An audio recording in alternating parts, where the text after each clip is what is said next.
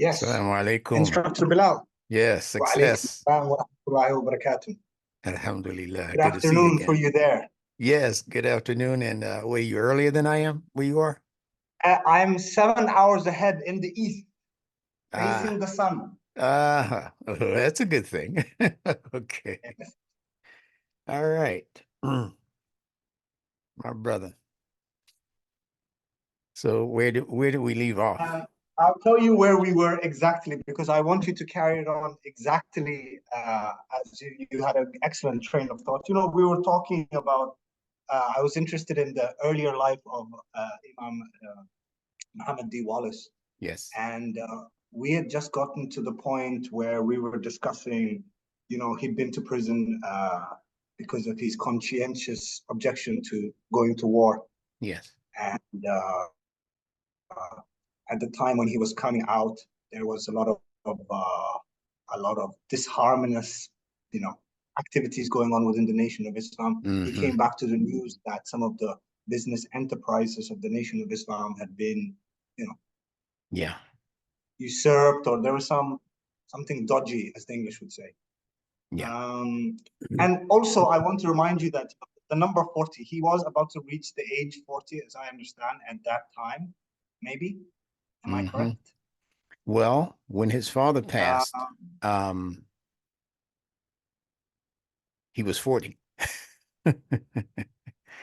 Or actually, he had just turned yes, 41. Yeah. When his father had right. passed, when he became leader, he did become leader, not at 40 exactly, but at 41. But the number 40 was not really a reference to the exact age 40. And this is what I wanted to give an explanation of. Later in the career of Wallace D. Muhammad, when he would refer to Mr. FARD, he would call him WD 40. Now, we know what WD 40 is usually used Isn't for, that a right? brand of, Yes. I think, what are they, some oil type, It's an greaser? oil. Yes, it removes the rust. I'm Right. sorry. I need to change my headphones. Give me just one moment. No problem, no problem. 1, 2. Okay. Thank you. Loud and clear. All right. Yeah. So let us first begin officially with Bismillah ar-Rahman ar-Rahim. And we invite Allah into this conversation for quality assurance. And we ask that His Rahmah, His mercy, supersede and pervade this entire conversation. Now, in talking about the history of this enigmatic leader, Elijah Muhammad, and his teacher, who was called the W.D. FARD, Wallace D. FARD, that was his teacher's name. And his teacher asked Elijah and Clara to name the baby in the womb of Clara at the time after himself, to call him Wallace D. So that's how Wallace D. Muhammad got his name. He was named before he was born. Right. His father's teacher, he predicted that it would be a boy. So this led more credence to the idea of his father's teacher being a kind of God, like he had God power. You know, how would he know? A mystic. Yeah, he was a mystic.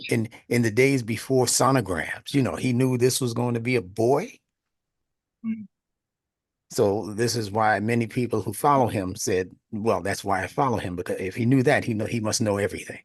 Yeah, that's the kind of thinking that a lot of uneducated people might have, you know. Well, if he knew that, 50% chance. yeah, you know, if he could buy a mansion, he could buy a country. That's how dumb people think. I hate to call them dumb, but that's, you know, we don't need a whole lot of proof for stuff when we're in a situation where we're desperate for following people. Yes. You know, not enough people are aware of their own strengths and their own capacity and capabilities to trust themselves with a lot of things. So the first person that comes along that looks like he's stronger than us or smarter than us or more wealthy than us, you know, we tend to just give in to that person as our leader. It's unfortunate, but that's what people do all over the world. Now, getting back to Mr. Farad, and this enigmatic number 40, being a mystic, we have to tie his language to mysticism. And most people don't know what the number 40 means mystically. It's a foundational number, first of all. The number 4 itself is a foundational number because most things that sit on a platform of 4. 4 legs on the table, 4 legs on the chair, on the couch, whatever. 4 provides for the greatest amount of stability.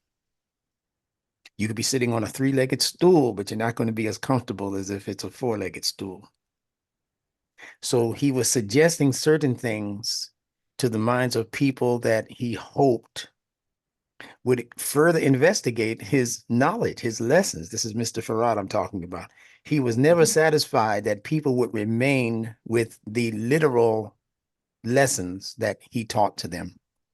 He understood what our academic weaknesses were. Most of us were academically uneducated at the time. We're talking in the 1930s, 1940s, even into the 1950s, until the civil rights legislation and all of that was passed, where we were able to go to school with other people and blah, blah, blah. So he understood the challenge of appealing to minds that were almost totally engulfed in this literal world of, you said it like that, that must be exactly what it is. And we kind of learned that mind from our church upbringing, where they said that God had a son, and we took it literally because we didn't know anything about symbolism. We didn't know anything about what things meant religiously or symbolically. We didn't understand that when they said the Son of God, they were talking about the S-U-N, meaning the light of God. God is the producer and the father of the light that he sends to the earth in the form of revelation, in the form of inspired people. But again, we were so stuck on the literal that everything that came across the pages of the Bible, Black people in America took it literally. So by the time Mr. Farad came along, we were still in that literalism mind. So when he said he was God, which is not quite what he said, but he suggested that he was the supreme ruler of the earth. This is Farad. And I can't get into, if I got into all of what I needed to get into, we'd be here 3 hours just on that subject. But suffice it to say that he was hoping that someone would come into existence from his present group. I don't think he had any real promise of it happening in the group that he was with physically while he was there.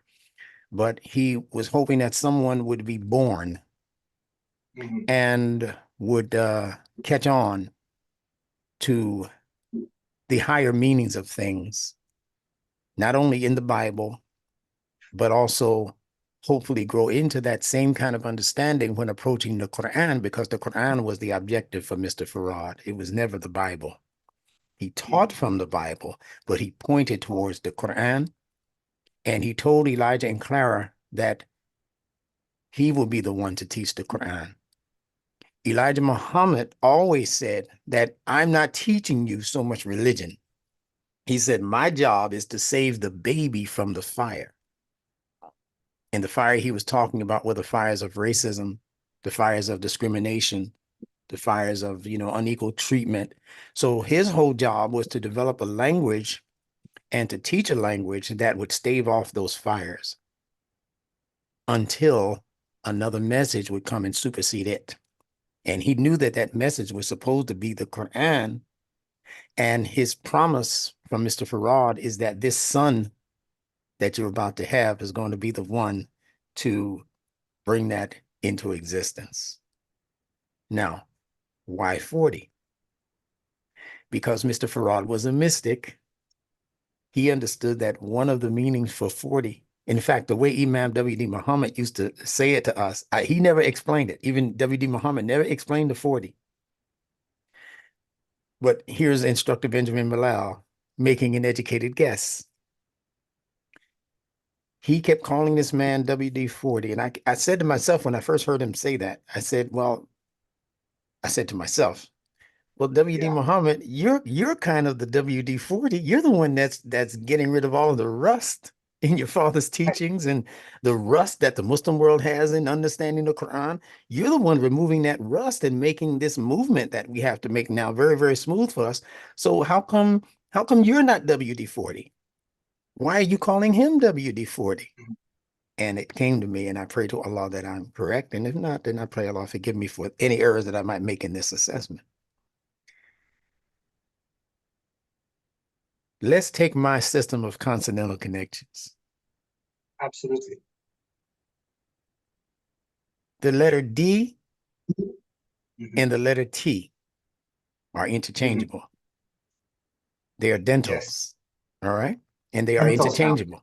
Hmm? Yes. Yeah. So 40, that number 40 Mhm. can also be 4D, Yes. the way we pronounce it. In fact, very Yes. few of us with this African tongue will say 40. Yeah. You can Only say if you're maybe 40. from the Caribbean, you'll say 40. In America, we just said 40. Like, yo, man, Yeah. I need some beer, man. Go buy me a 40. And it's always Yes. 4D. Now, what is 4D in science? 4 dimensions. Yes. Yes. I think Mr. Farad was heavily into an understanding of dimensions. Mhm. He spoke about spaceships, the mother plane, baby planes, leaving this earth. He talked about communicating with Mars. While Mhm. he was here with Elijah Muhammad, he said that he would go out and he would speak to the Martians. This is what Mhm. made a lot of the officials believe that he was stone cold crazy. He's talking about speaking to other creatures. And remember now in the 30s and the 40s, that wasn't the popular talk. It's the popular talk now, but it not I not can not, not imagine. back then. Not back then. They call you cuckoo for Cocoa Puffs before Cocoa Puffs was invented. Especially a foreigner, like you say, with the name Mohammed from some Yeah, strange land. Yeah, yeah, I can yeah. appreciate that. Yes. Yes. But I'm asking our audience now to just do a cursory study of these dimensions that we're talking about, from the first dimension to the fifth dimension. And I'm mentioning fifth on purpose now. I'm just following my trail. So 3D is this world of what we call reality, height, Yeah. depth, width, right? But there's also a fourth dimension. And I believe that what Mr. Farad was telling us was that his teachings were designed to bring our three-dimensional minds into fourth dimensional reality. Yes. And fourth dimensional reality is a higher grade of reality than what we're just witnessing through our senses, through our five basic senses. Before W.D. Muhammad passed, about 2 years or so before he passed, he told an audience, he said that we are about to enter into, no, he said we're about to sit down at the table of the fifth dimension. And then he said, and it is a round table. But again, most of it, Round. a round table. But see, most of his supporters, Mhm. right over the head. It goes over their head. I don't even remember any of his popular imams asking him the question, what is this fifth dimension? And when are we going to be sitting down at this table? And why is it a round table? See, there are I'm people. already Go ahead. gone. I was just making the connection now between the 4 states of matter. You've talked about this before as Yes, I well. have. Yeah. And a fifth one, which is not very well known now, is Yes. called the ether. The ether. That's And right. yes, That's and, right. and so yeah, there are parallels here with other. Yeah, go on. Sorry, that was just I was No, writing no, down no something to sorries, make no the. sorries. When you have a question, jump in, ask. Yeah. Um, Without going very, very deep into this subject, because most people won't be able to hang with us on this. I would just say to them that they should do some self-study on these subjects if they're interested. Most people won't be interested. Most people are more interested in how to make some more money, you know, that kind of thing, how to find a wife, you know. That's the majority of our concerns are like around mundane issues. So I don't want to lose the majority of the audience by introducing information that most of them will not only not be interested in, they won't see the significance in it, although it is very, in fact, much of this information is more important than where you're going to get your food tomorrow. Because yeah, they'll see the government will continue to feed you while simultaneously robbing you of your human excellence. Yeah. So your human excellence will dissipate, and your human excellence expresses itself on these different dimensions. And the higher the dimensions that you're able to grow into, the more control you're going to have over where you get your food, and you won't have to depend so much on daddy government. You'll be doing what many of us are doing right now. You'll be in your backyard, planting, growing things that you can be sustained by in the event of. And I'm postulating that in the event of is right around the corner. So this is what Mr. Farad was attempting to grow us into, a multi-dimensional framework of thinking. Now, does that mean that he was some kind of God? Does that mean that he was some kind of superior being? No, not at all. You can train the street bum to do what I'm talking about. There are a few street bums that I have met in my life who have been wiser than many of the professors that I've listened to. Yeah, dudes on the street. Calculus. I mean, Bums with more knowledge than yes. Bums with more knowledge than PhDs. More. 3 and 4 PhDs packed into one. This guy that's on 125th Street and Lenox Avenue, you know, trying to bum a cigarette. So what it tells you is that smartness has nothing to do with your real station in life. That you should be working on situating yourself in a way that brings dignity to you as a human person. And the dignity as a human person means that you don't have to have a PhD necessarily, but you are a contributing factor to human growth and development, true human growth and development. I'd rather meet a true human in the form of a bum on 125th Street than meet an inhuman monster in the form of a multi-PhD, multi-master degree person. I'll avoid the master degree dude while searching for that guy that I met on the street yesterday who taught me something more about these internal properties that I'm supposed to be owning, but somehow he lost it. He lost his happy thoughts along the way. So what I'm saying is that knowledge and human conduct are in two different fields. But when we learn to be the master over both, where we can mix and mesh both of those sciences, how to be a good human internally, and how to grow in the proper knowledge of things and the application of that knowledge, we can mix that with being a good person and having good behavior, what Al-Islam calls the khuluq. See, when we can start working on the moral character and then apply it to the standard of life that we're trying to live and uphold and upgrade that standard of life, now you have a true human walking the planet. Other than that, you just got pieces of people walking around now who just know stuff, right? Yeah. So I believe that WD-40 was WD Muhammad, Wallace D. Muhammad, telling us that his father's teacher was a fourth dimensional person. He wasn't just operating in the third dimension.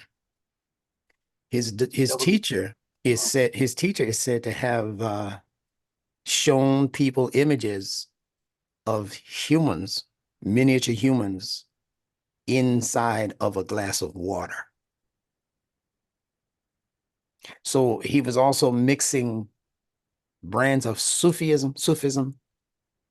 His teacher was a master at bringing a lot of different kinds of ideas together to formulate his religion. So although we understand that he was from an area that practiced what is standard Ahmadi teachings, Anjuman, because there are two different types of Ahmadi. He was Anjuman from the Punjab. Ah, I Mhm. didn't know this. Yes, And okay, would you say that I didn't know that there were two parts, but they do have a capital of sorts, and I thought that this is where the village where the so-called prophet Mirza Ghulam yes, was born. yes, yes. Mirza Ghulam is the person that we're talking about, who was the founder of the Ahmadi movement. But the Ahmadi movement split into two separate movements upon the death of Ghulam. A very Right. similar thing happened with the Ahmadiyas that happened with the Nation of Islam and the death of Elijah Mm, Muhammad. The death of Elijah Muhammad is what brought W.D. Muhammad, his son, into leadership. But 3 and some odd years after Elijah Muhammad's death, there was a split. The same exact thing happened in the Ahmadiyas because Ghulam Ahmed's son succeeded him. mm, But people were dissatisfied with his leadership, so they decided to break off into a different branch or a different sect. Same thing happened when Minister Farrakhan, 3.5 years later, left Wallace D. Muhammad because he right. disagreed with the new direction and he thought that we were losing too many people back into drugs, back into crime, back into prostitution or whatever it was. He was Yeah. telling us, right? And Yeah.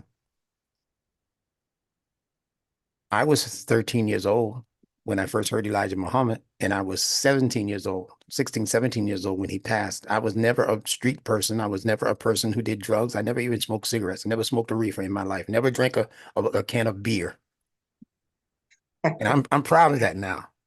I'm Yes. 65, and I can say I've Must never put a can of beer to my lips or a bottle of alcohol or a cigarette or a reefer stick. Never took uppers, downers, and all of that stuff that many of my peers were doing on a regular.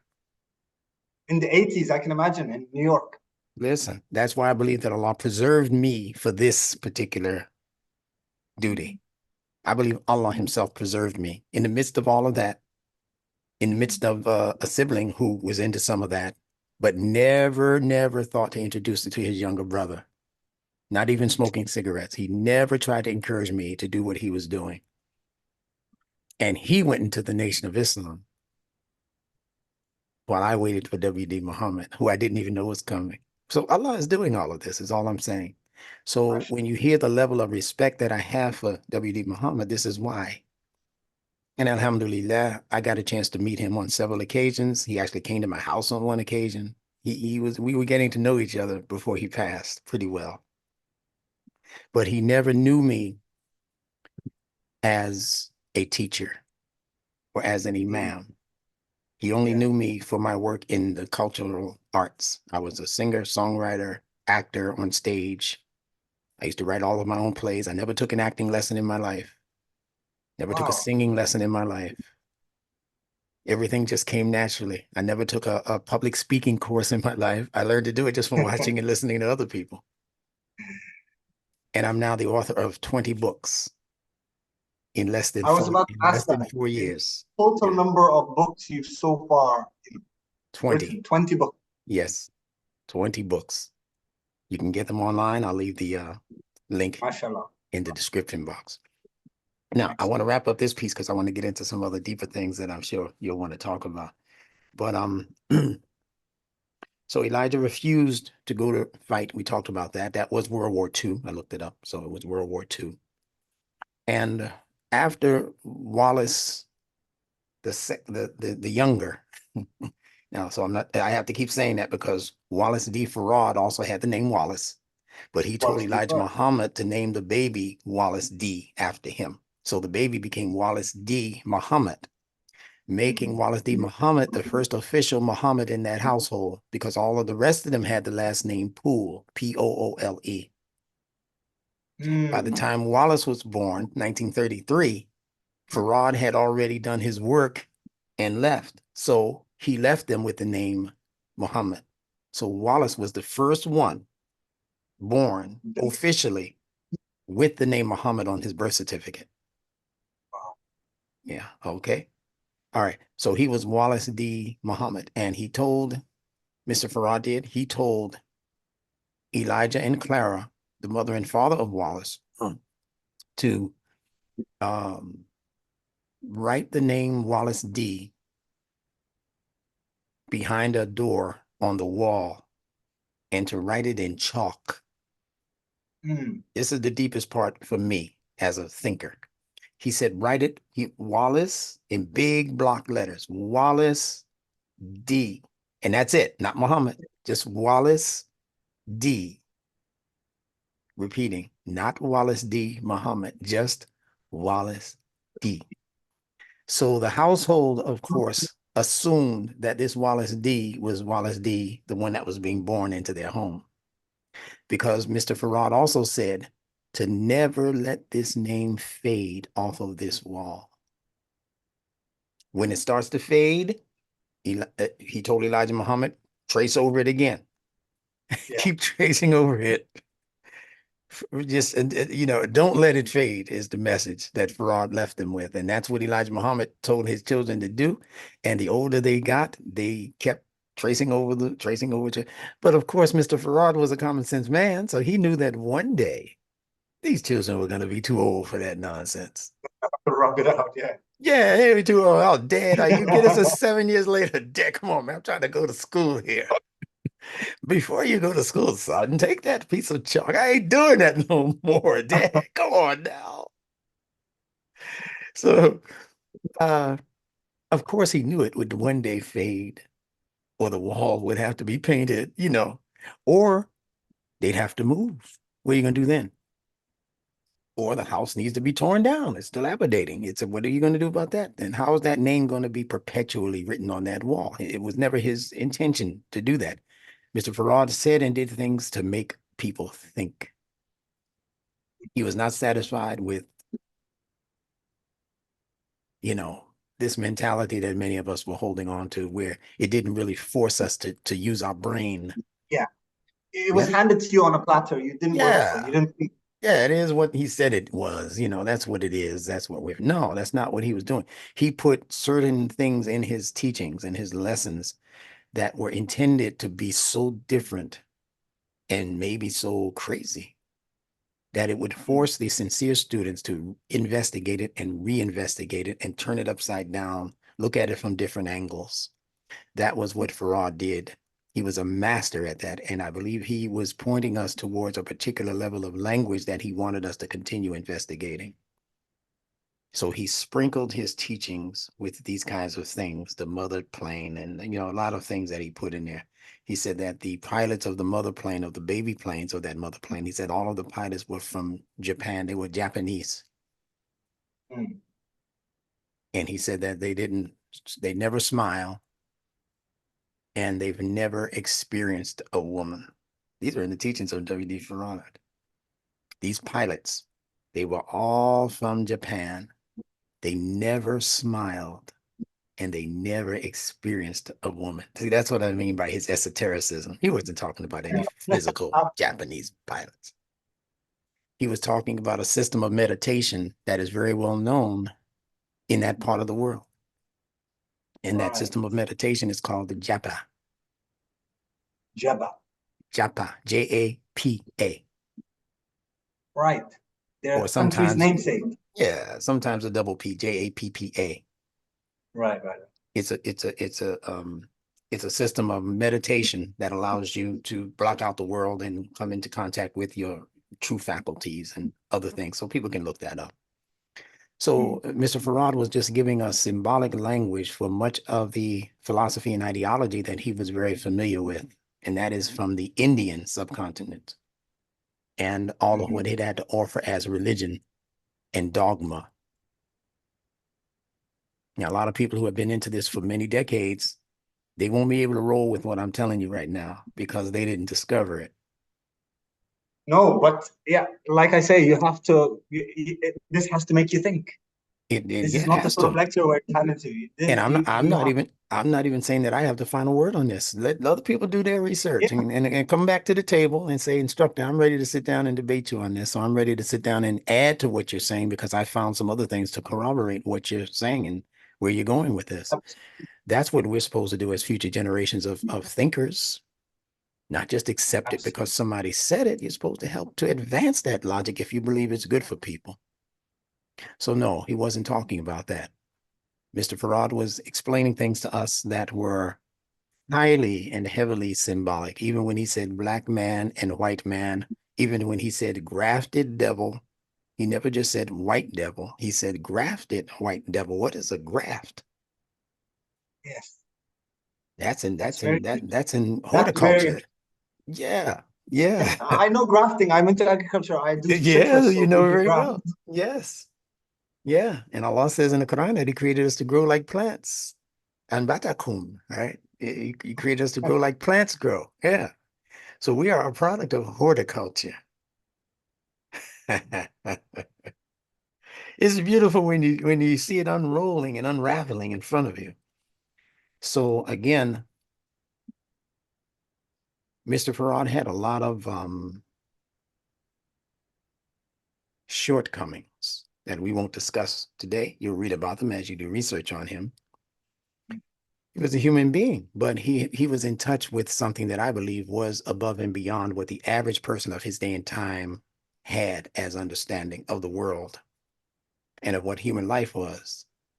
And he was in the middle of some very disturbing movements in his day and time, as you know, between the Indian population and the budding Muslim population. Yes, over in the partition of India, Yes, 1947. in the same area that I'm talking about when it was Yes. partitioned. Yeah, when Pakistan was organized and developed and partitioned from the rest of the Indian population. Horrible affair. Yeah. More than 1 million died. Yeah, and in the middle of all of it are the British. So now you can understand why Mr. Farad would feel the way he felt about white people. Mhm. See, so unless you're factoring in all of the environmental circumstances, you're not going to understand what his true intent was.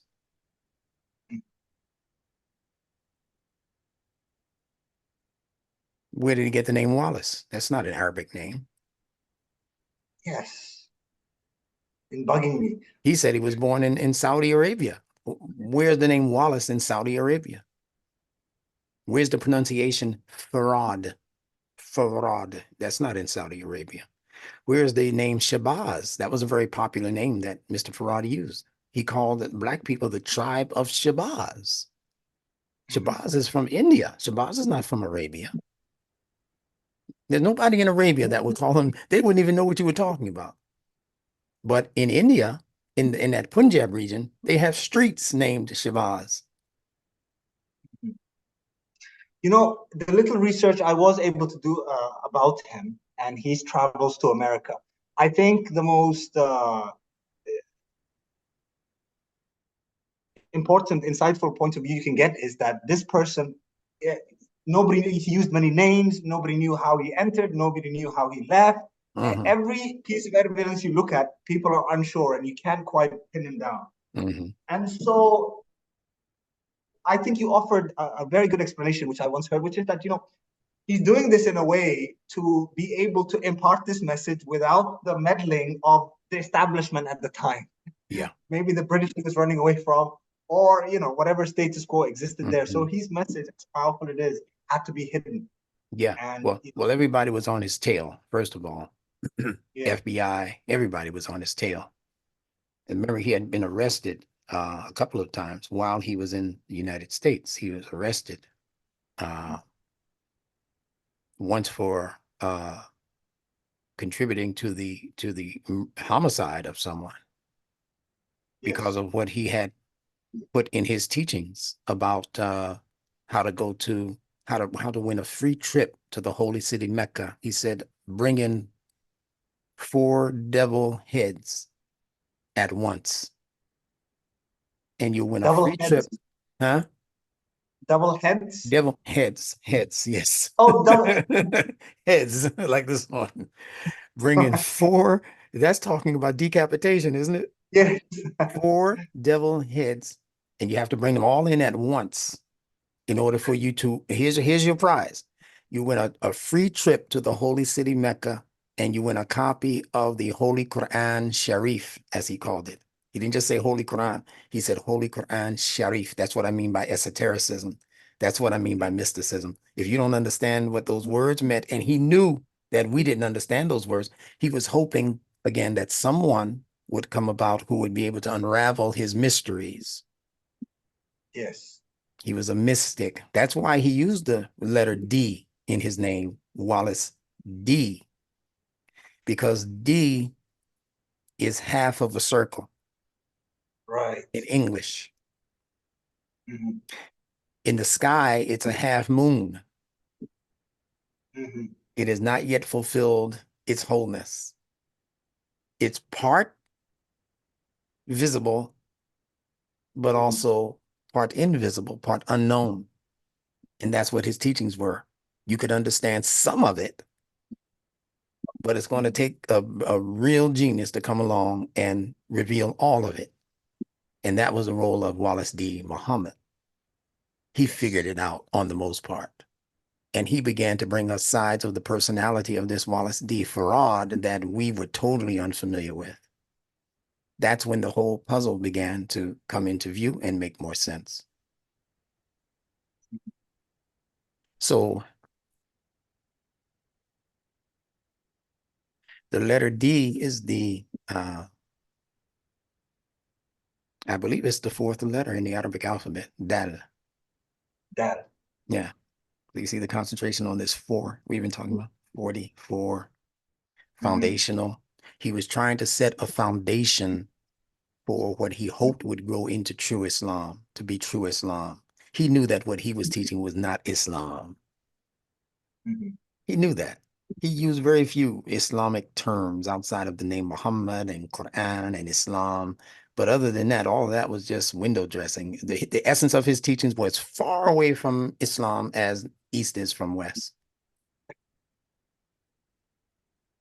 to the point where we can't technically refer to people who still believe that in 2024. We can't technically refer to them as Muslims or mu'min.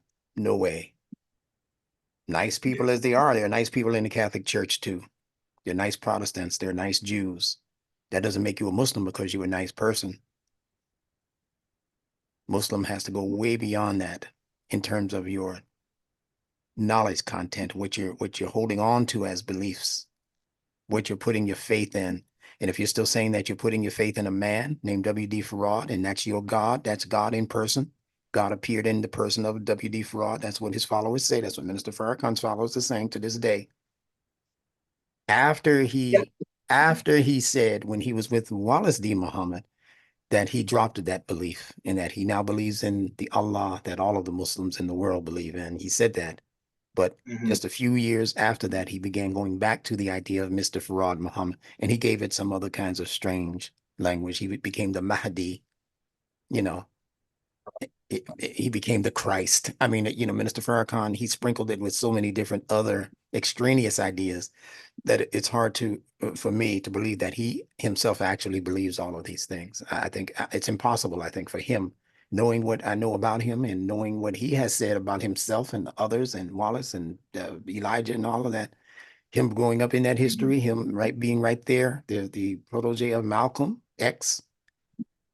I can't believe that in 2024 he's still saying that Mr. W.D. Farad is God in person. I can't accept that from him. From the ignorant ones, yeah, okay, but not from him. Yes. There's a video on YouTube. I'll find it and I'll put it in the link of Minister Farrakhan having an interview with an Indian brother. I forget where it was taking place, but Minister Farrakhan and Wallace D. Muhammad were being interviewed by the same interviewer at the same time. And Farrakhan admitted, he said, "No, this man can't be God. How can God be born on a certain day? So Well, but he went on from there to flip the script and start saying the opposite of that after W.D. Muhammad passed, after he died. Now, that's unfortunate, and I really hate to bring these things up in public. I rarely do. Maybe two or three of my lectures might have mentioned this, but it's important for you to understand the trail that we've been yeah. on, see? And the reason why people have chosen to think certain ways about certain people and certain events. And as I always say, life is a running video, so I don't close the door on anybody, including myself, for the bad things or wrong things I might have done or maybe continue to do. I don't close the door on me being a better person because I'm not in control of this lifespan. Now, once you die, and that's the idea that you left us, then I can say he was a kafir Mm. or he was a munafiq. I can say that about anybody who dies in that state. So Allah says to not die unless you die in the state of Muslim. You understand? Yeah. Mm. Um, so what's helping us in this day and time to understand better what this Mr. W.D. Farad, this mystery man, W.D. Farad, was actually bringing to us? It helps us to understand him better when we understand fourth dimensional reality better. You won't be able to figure him out. You will not be able to unravel this Mr. W.D. Farad unless you have some foundational knowledge of what the fourth dimension is. And I believe W.D. Muhammad introduced Farad as WD 40, 4D, four-dimensional, because WD Muhammad was attempting to take us into fifth dimensional reality.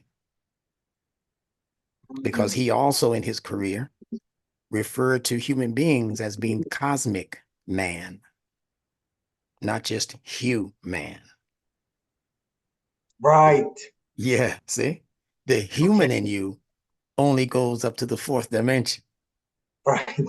The fifth dimension is what opens you up to the cosmos, Mhm. where you can begin to have information downloaded from the cosmos into your vessel, into your being. Happens for me all of the time. Now, people might think I'm crazy for saying that. I don't care what you think about me. But I know it was happening for W.D. Muhammad. I know it was happening for other. And I can hear it when a person starts speaking. This man is in touch with his cosmic self. Yeah.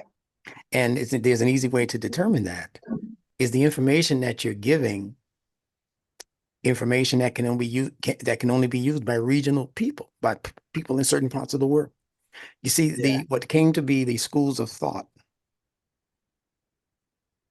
Islamic schools of thought you're talking about? Yes, yes, the methods. Yes. They were designed to alleviate specific problems amongst Muslims in specific parts of the world. Region. Right. Regions, yes.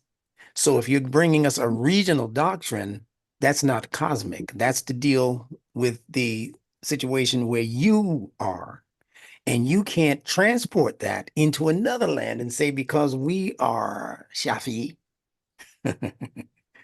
the world should be. This is the best school of thought, so everybody should. No, that Shafi'i ideology was developed to fight against some of the oppressive forces and ideas that were in that particular region coming from those particular people.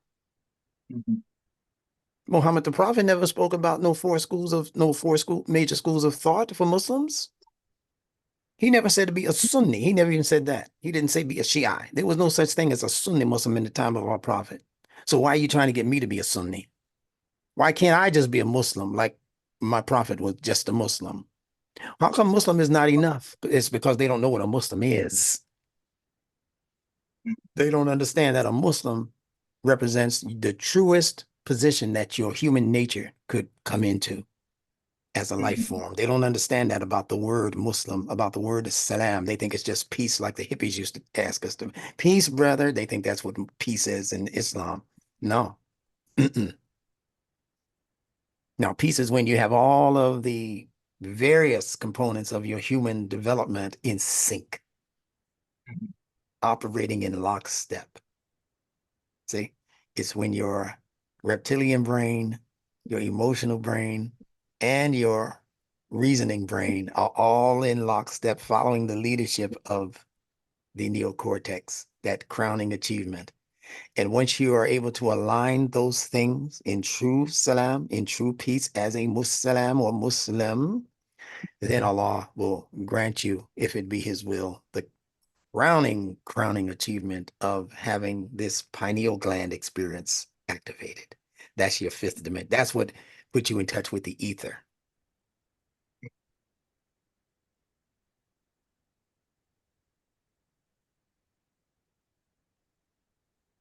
Any questions?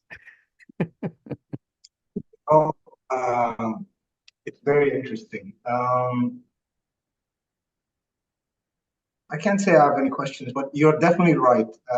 In terms of our trying to figure out the history of Muhammad D.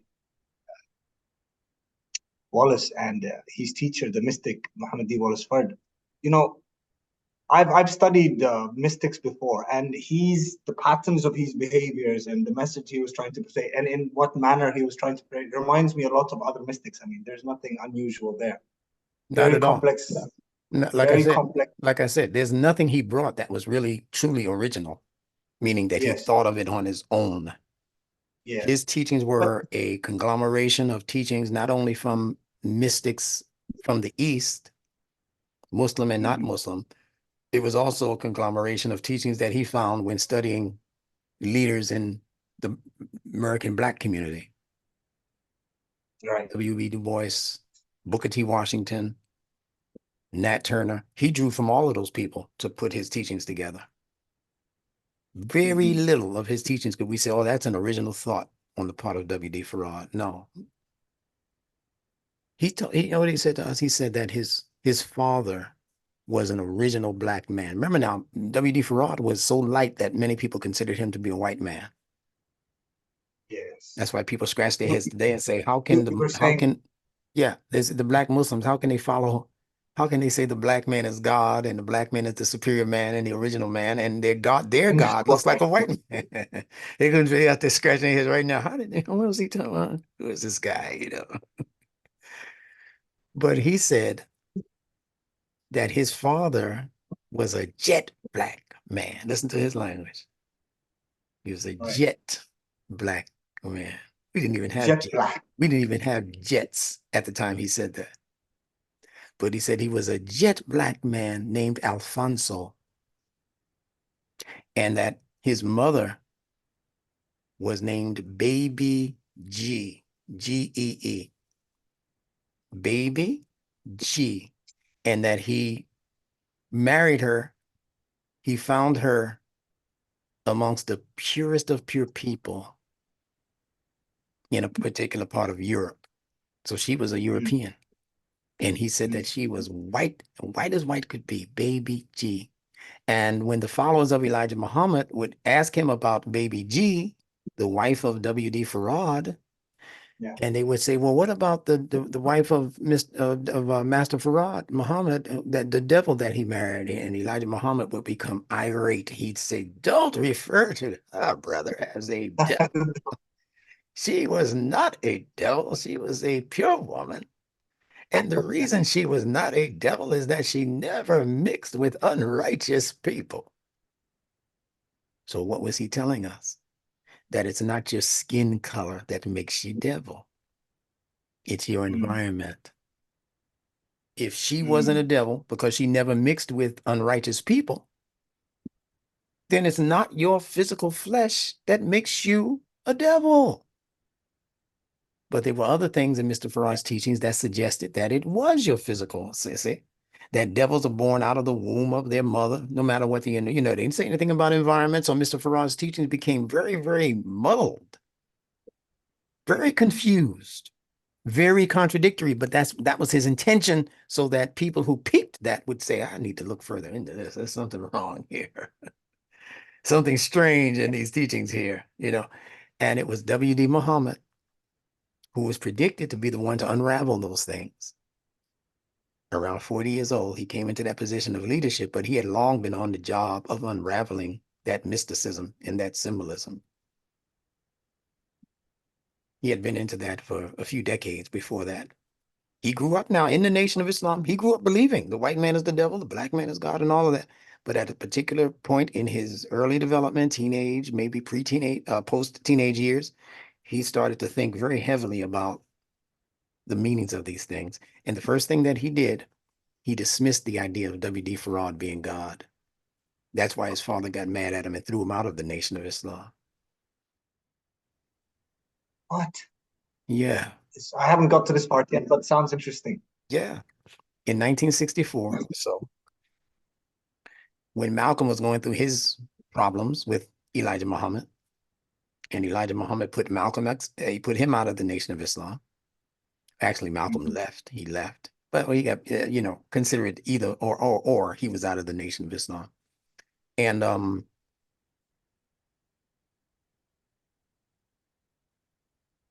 Malcolm said that the reasons why he was saying certain things about Elijah Muhammad and the pregnancies of those secretaries that I mentioned yesterday. Yes. He said, well, this is what your son Wallace told me. That's what he told Elijah Muhammad. So, but the whole thing about the pregnancies, the only reason I'm asking about them is that Wallace told me. Now, remember, Wallace had been in prison for 3.5 years when all of this was going on.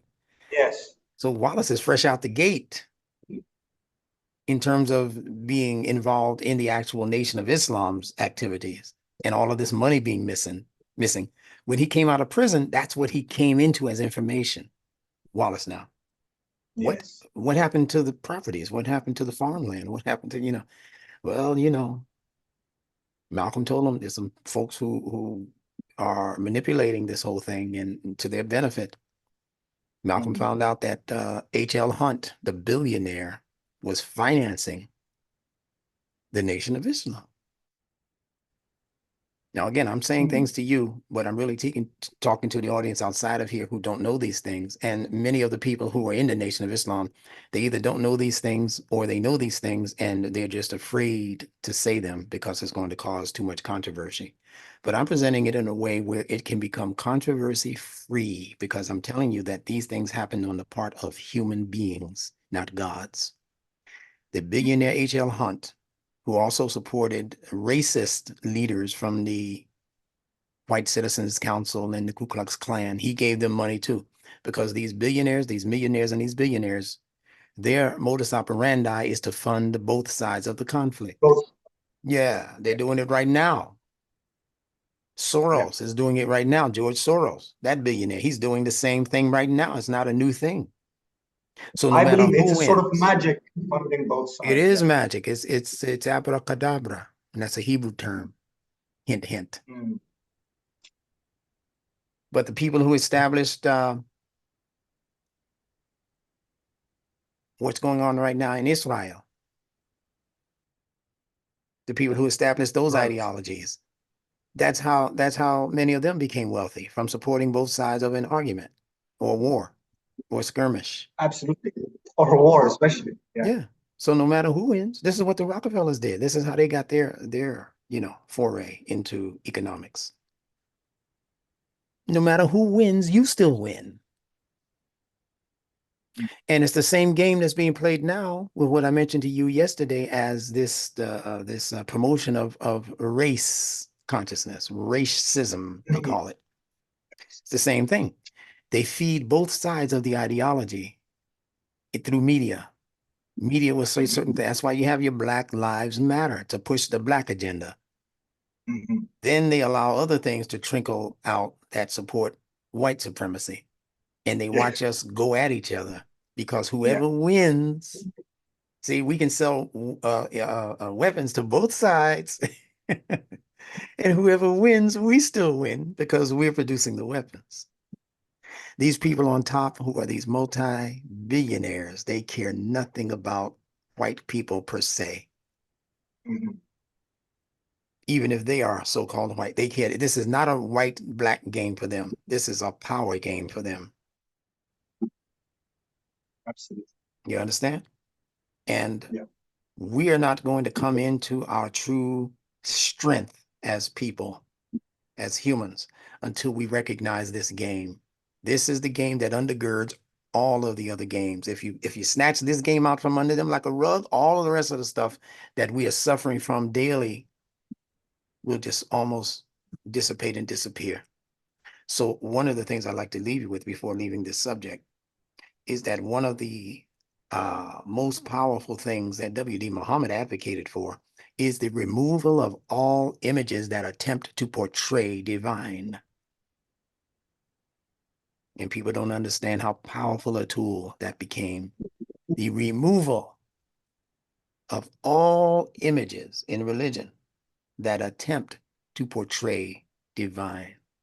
when people put an image of some ethnic group or some race, and they say this is God or the Son of God, Right.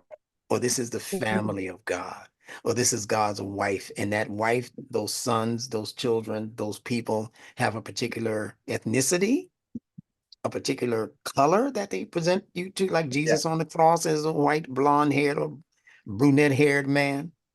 Yeah. He looks like he's from the average country in Europe somewhere, and he wasn't even born on the European continent. But psychologically, subliminally, we look at it and we say, well, whatever people he comes from, if he's the Son of God, those must be superior people. So they put this Jesus in a white image, but they told us that he was a Jew. So look, they got 2 for 1.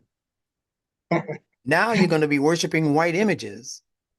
And behind that idea, you're going to be worshiping the Jews as the chosen people of God. Jesus is the chosen savior, but his ethnicity means that now you have to also give that same level of respect that you would give to God and his son to the Jewish people. And I'm telling you, there are Christian leaders right now, major Christian leaders in the world, who advocate exactly Yes. what I just told you. Israel is the chosen, Worshipping of those are the Jesus. chosen people. You can't touch them. I don't care what they Yeah. do in the world. God backs Yeah. them. God loves them. And that's all from a misreading of their scripture, the Bible, or partial reading. So that's where we have the problem in the world now. If we would go back, all of this race talk, all of these programs that are giving their time over to race issues, they could solve the whole thing in a day's time if they would just listen to what W.D. Muhammad said as it should be the uh, the solution. Remove all of those images. Go into your black churches and tell them, listen, I'm going to continue to come to this church, Reverend, but this image of Jesus as a white man in the middle of all these black people, that ain't doing it for me no more. Take the image No. down. Take it down. I'll get you the ladder. Take it down. Why do I need to look at this bleeding white man with a crown of thorns pressed into his scalp, bleeding blood, a spear in his side, and all of that? And and listen, if you or me would walk around in the street with what they have Jesus wearing, we'd be arrested. He's just got a little piece of cloth around his Indeed, yes. yeah, I've a little piece noticed of that. cloth around his sex organs. A loincloth. Yeah. If you will walk around like that and you say, well, I'm following my savior. This was his sunnah. They lock you up and call you cuckoo for Cocoa Puffs. So we're not thinking because they're appealing to the emotional brain, and the neocortex rational brain doesn't have a chance to kick in most of these religions. So remove that image. Now you're removing the major thing that's causing the damage to the psyche of all people in the world. Yeah, that's the main problem in the West. Seeing God as a race or in a race or through a race, the Jewish race, the Caucasian or the European race, the white race. Now they're trying to push for seeing black people as God. So some people have removed the white image out of the church and they replaced it with a brown one or a black one. Same with the Muslims in terms of Arab culture being raised above and put on this mantelpiece. We were just having this discussion with somebody. You mentioned it to me yesterday. It's exactly the same. It's exactly the parallels are there. Yeah, and like I said, that happens psychologically when people feel like they need to defend themselves against an oppressor. They have to begin inventing superior tools. Mm. You know, it's like when we were children, and children would argue with each other, you know, and in America, when I was young, and before a little bit before my time, when race was a really, really big issue, um, you had children in the schoolyard, elementary schoolyard, who would be teased by lighter skinned black children or by white children per se. Yeah. And they would tell the black child, especially a very nicely, thickly black, heavily melanated black child, they would Yes. say, look at Blackie, look at Blackie. You know, they did, I mean, black was just totally negative back then. Yeah. And the child was taught to say by her parents, The blacker the berry, the sweeter the juice. So the mind automatically kicks into fight or flight mode, is what I'm telling you. The people who develop these Exactly. things, these Black Lives Matter and these KKK rallies and all of this other foolishness, they are responding to the reptilian brain in them. But the person who's controlling the language that ignites the activity behind the fight or flight instinct in us, that person is he's so removed from what a human is that he's just a puppet master behind the scenes. Time for blackness to rule now. Time for whiteness to rule now. See, and he's going back and forth. He's laughing behind closed doors with his little group at all of us who are falling victim to this foolishness. And that's where we are now as a world. So again, remove all images, so-called racial images that attempt to portray divine. There's no such thing as a race. Read the books by African-American author. Give me one moment. I'll remember his name. If I don't, I'll put it in the video once it's produced. Anyway, he wrote a book called Nature. Something civilization. No, that's different. He wrote a book called Nature Knows No Color Line.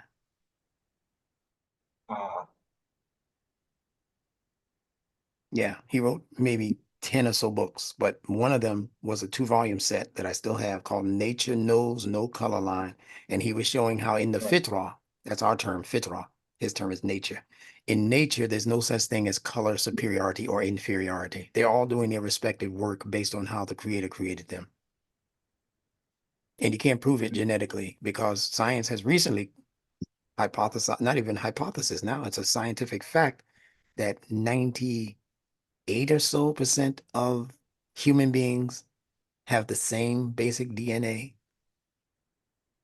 Basic DNA. Doesn't mean the DNA can't evolve to do other things or be other things, but the basic underlying undergird for what our DNA is shared by human beings no matter where you find them on the planet. 98%. So it's the 2% that's doing other things other than that. But the greater majority of our DNA is the same. If it weren't, I wouldn't be able to give a transfusion to a white person.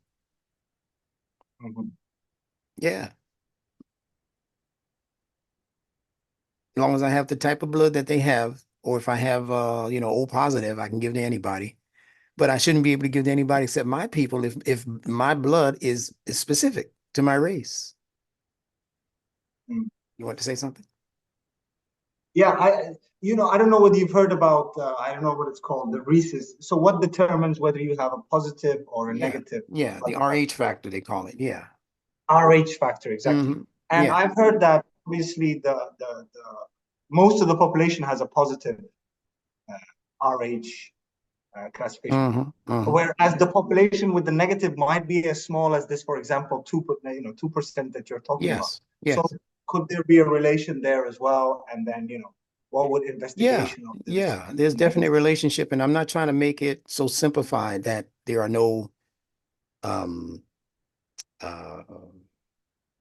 mitigating factors in what we're talking about. There are a lot of mitigating factors because different people, because they came from different parts of the world, they develop different proclivities for things. And this is where you get the idea of the 4 basic blood types. There's a book called Eat Right for Your Type that will give you more information into that, right? That the world is divided into type A, type B, type A, type B. O, AB. AB, yeah, and O. Yeah, those are the 4 types. AB, AB, and O, if I'm getting it correct. And because those blood types developed based on the region of the world you are in, different parts of the world grow different kinds of foods. Those different kinds of foods are going to condition your blood to contain different kinds of things. So the people who grew up around potatoes, they might do very well with potatoes. People who grew up around rice do very well around. But if you take a person like they did for the African American population on the most part and take them from one region of the world where they were eating certain types of food that Africa was, Yes. those countries in Africa, wherever that was, that they grabbed us Yeah. from, right? And then they transport you into America, which is a totally different region of the world that grows totally different kinds of food. The food that your bloodstream, your genes and so Would forth be were acclimated for in Africa, it might be antithetical to your blood because now you're eating Western food or American food. See? yes. So the reason why we grow sicker is because we're out of our fitra environment, where our food was being grown. And we're in an antithetical environment of food that is doing damage to us while not doing damage to the people who have been here. Yes. Make sense? Yeah. No, absolutely, absolutely. I agree. And I realize you may have to go soon. And I wanted to ask a parting question. I'm good. You I'm good. know, I'm good for now. I got a little bit of time. Don't rush. okay. You know, I wanted to basically ask you a few questions with regards to, using the nunetic system in breaking down one or two words that I have in mind that have been a mystery to me thus far. And, Go for there's it. no other way of approaching this. Go for it. First would be my name, which is a strange name in Somali culture. We don't have a particular meaning for it in Somali. Mhm, And it's got this sheen at the end of it. And I know that there's an Arabic letter sheen. mhm. And I know from your other lectures, I understood, kaf, lam, and, alif, and some of the concepts behind that. Yes. And I wondered what you know about, what do you think of this Arabic letter sheen, and what is the sort of concepts attached to it? Okay. Pronounce the name for all of us. Koshin. Mhm, And usually, if you're going to spell it in Latin, the O, I mean, not that the vowels count, but it'd be mhm. double. So it's elongated O. Yeah. Okay. So there's quotient, and then there are the consonantally connected letters that correspond with quotient. And I want to do your first name too before we leave. All right. Yeah, Um, in the Bible, there's a land called Goshen. Did you know that? I've heard. Yeah, Yes. Goshin. So this Goshen, beginning with a kaf, the letter K, as we would have it. K means that which captures, that which captivates, that which contains a thing, because the K letter in Arabic is kaf, and kaf means the palm of the hand. Yeah, those things that are captured within the palm of your hand. You put them there, they can wrap their fingers around it and contain it. So whenever you hear that Mm, ka sound, even if it's on mm, a letter that begins with C in English, like couch, car, these are things that contain people, mm, mm, capture people. So don't let the C fool you. It's still the K principle. Now yes. that can be interchanged with the other guttural because K is a guttural. The other guttural we're discussing now is the G. And the G, as you know, can be pronounced in two different ways. In English, it can be the hard G like gorilla, or it can be the soft G like in George, the name George. You can spell it with a Jorge, but it's mostly George, George. Okay, or Jim. I'm going to the gym. That's a G. Yeah. You never see it with a Yes. J, but it's what they call the soft G. And that G in the Fitrah is the ground. Mm, Now, what's the similarity between the ground and the palm of your hand? You can take a seed out of the palm of your hand and then put it in the ground, which will then secondarily contain it. The mm, ground contains things, nutrients, minerals, plant life. The ground is holding on to trees. The trees are captured within the soil. They can't just get up and run away like in The Wizard of Oz, you know. I don't know if you saw that yes. movie. But the point I, is I, that I did see it as a child. I yeah, watched all right, all right. it Yeah, again. the tree started throwing apples at them, you know. but it couldn't get up and run after them because it was captured. See, so the idea of captivity is what we're talking about in that G sound and in the K sound. But in your instance, we're talking about the K. The SH in the letter Sheen means that which begins from a central point and then spreads out into all directions. Like the sun does in the sky. It's centrally seen as a ball of so-called fire. They call it fire. It's not really fire though, but they call it fire. It's a ball, and then from that ball, the rays start to spread out into multiple directions. Even if you look at the sea, SEA, from an airplane, you'll see that all of the way around that body of water, there's something called a shore. Right. A sea shore. And what is the shore doing? It's accommodating the spreading out into all directions of that water, which has a central place. Believe it or not, it has a central place. But because when it spreads out, and that's what sheen means, to spread from a central area,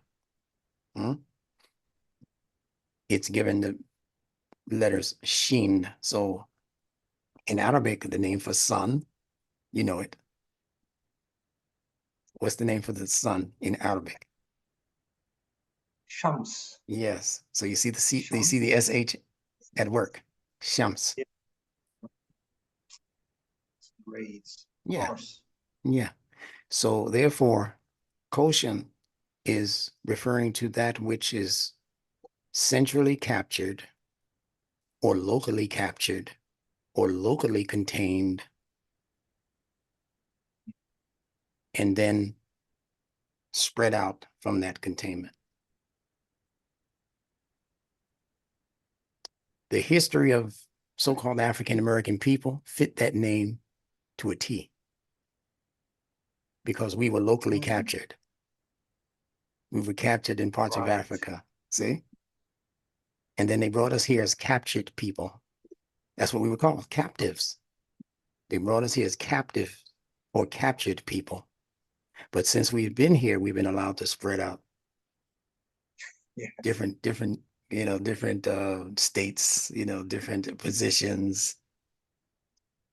We couldn't be a part of the government back then. Now we're in the government. We were president of the United States. That kind of thing. So we spread out, but we began from a central spot or location, a location that, and believe it or not,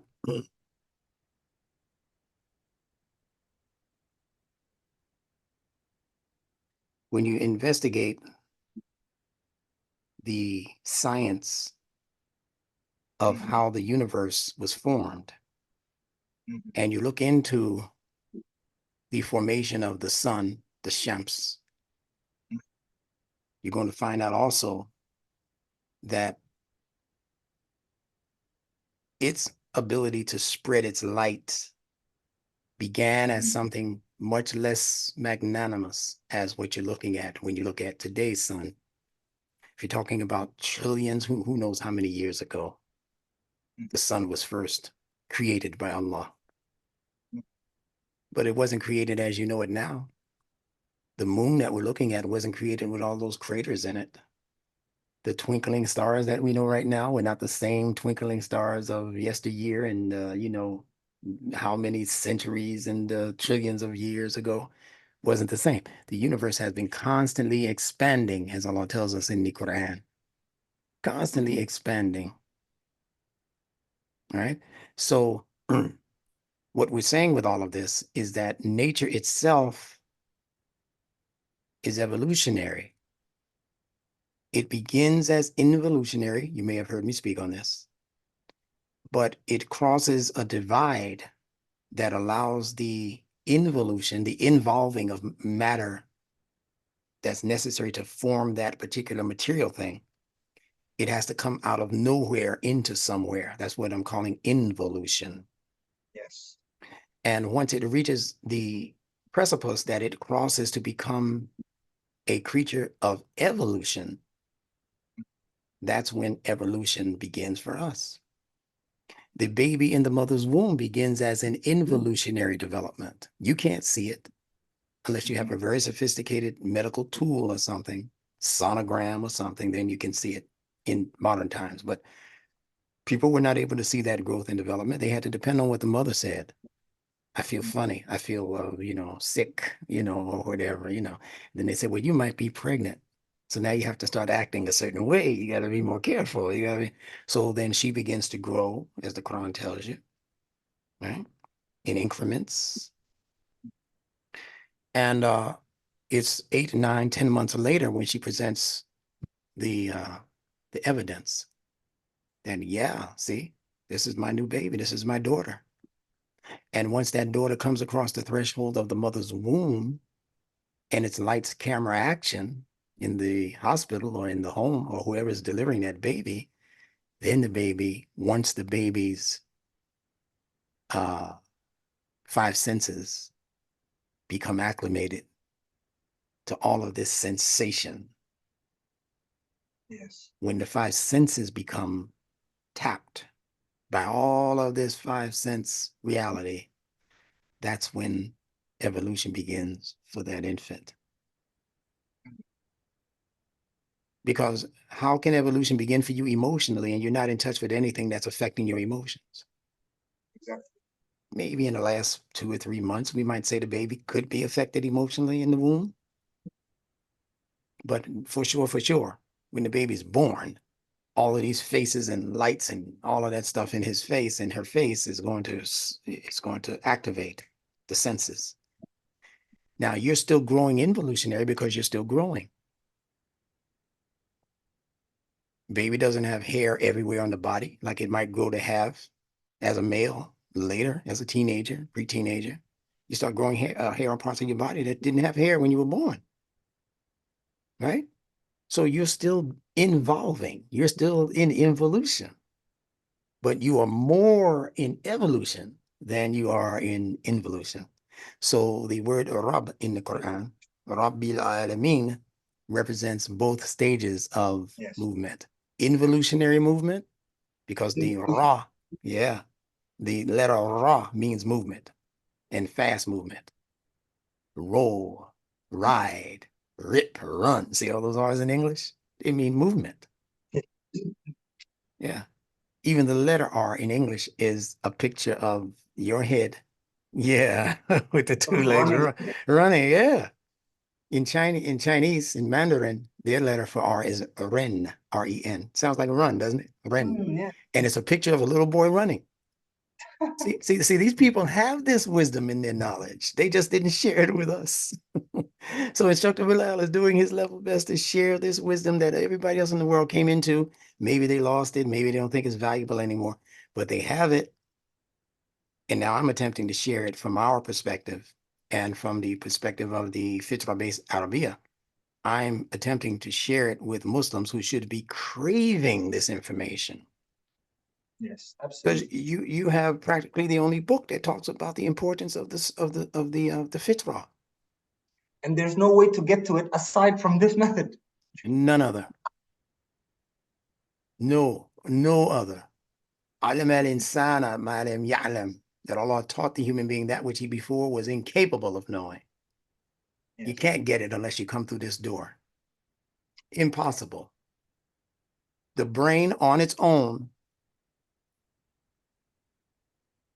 is not investigative enough to know that it should be looking not just at something, but it should be looking into that thing. There's an outer picture of things, but there are things going on inside of that thing that I'm looking at on the surface because there's something beneath the surface that my internal life needs for its proper growth and development. That didn't happen until humans were given scripture from God. That kind of investigation, you were just a common animal doing what common animals do until Allah missioned prophets to come to this planet and begin teaching us. Turn the prophet on, had the prophet turn the people on. And not in any spooky way, in a natural way. It's happening now. People say, oh, no, prophethood is over with. Nobody can be a pro. No, not like what you're thinking.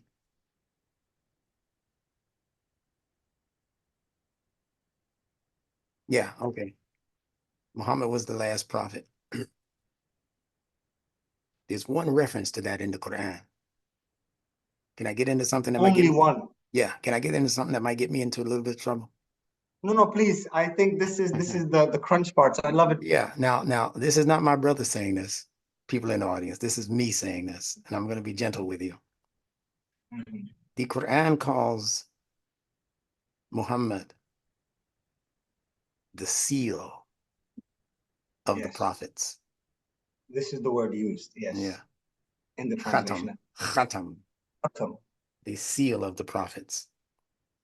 But Mhm. most people don't think about the purpose of a seal, S-E-A-L. A seal, if Is to I'm be a, placed and if I, lifted yeah, when necessary. yes. If I'm a beverage manufacturer and I put my liquids into a bottle and I put a seal on the bottle like they do, especially with alcoholic drinks, I put a seal on the bottle. On the can, it would just be the flip top or whatever. So outside people can't come put stuff into it that might harm you. And what's in it cannot be let out. That's how you identify the true teachings of the Quran. And I mean, this is also, gonna take me to this word khatam now. uh, you got it. Unbelievable. Unbelievable. This is how you verify what is truly Quran and what is Yeah. truly the words of Muhammad, if they say that he has such, the Sunnah of Muhammad or the Hadith or whatever they're claiming is his word. But this is how you, if you come across a Hadith and you know it's saying a whole lot of things that did not go into the Quran, then the seal has been broken by the conspirators. How are you going to put something in a Hadith that either is not in the Quran or that goes against what is in the Quran? And then say, except this as the word of Muhammad, you're lying. This is And what I you, can't understand. mhm, How it can be so universally accepted without question, without a second thought. yeah, This is how far, the scholars have come. yeah. You And hear them discussing. I think a few of them are starting to wake up out of necessity. Their souls are being burdened. Yeah, their souls, some of their souls are being Yeah. burdened. And you'll see them now, some of them on Yes. YouTube, and they'll say, I well, imagine. I used to believe this, but I started investigating and I'm too uncomfortable believing like I used to believe. So here's my new position. And that's necessary. But we're living in that day, like I said. We're out of a particular age, cosmic age called Pisces. Mhm. And we've entered into a new age called Aquarius. Now, that's what the people who study astrology and Yes. all of that, that's their language. For us, we have to interpret, first of all, the human body is a uh, zodiacologic body. It follows the zodiac, the human body itself.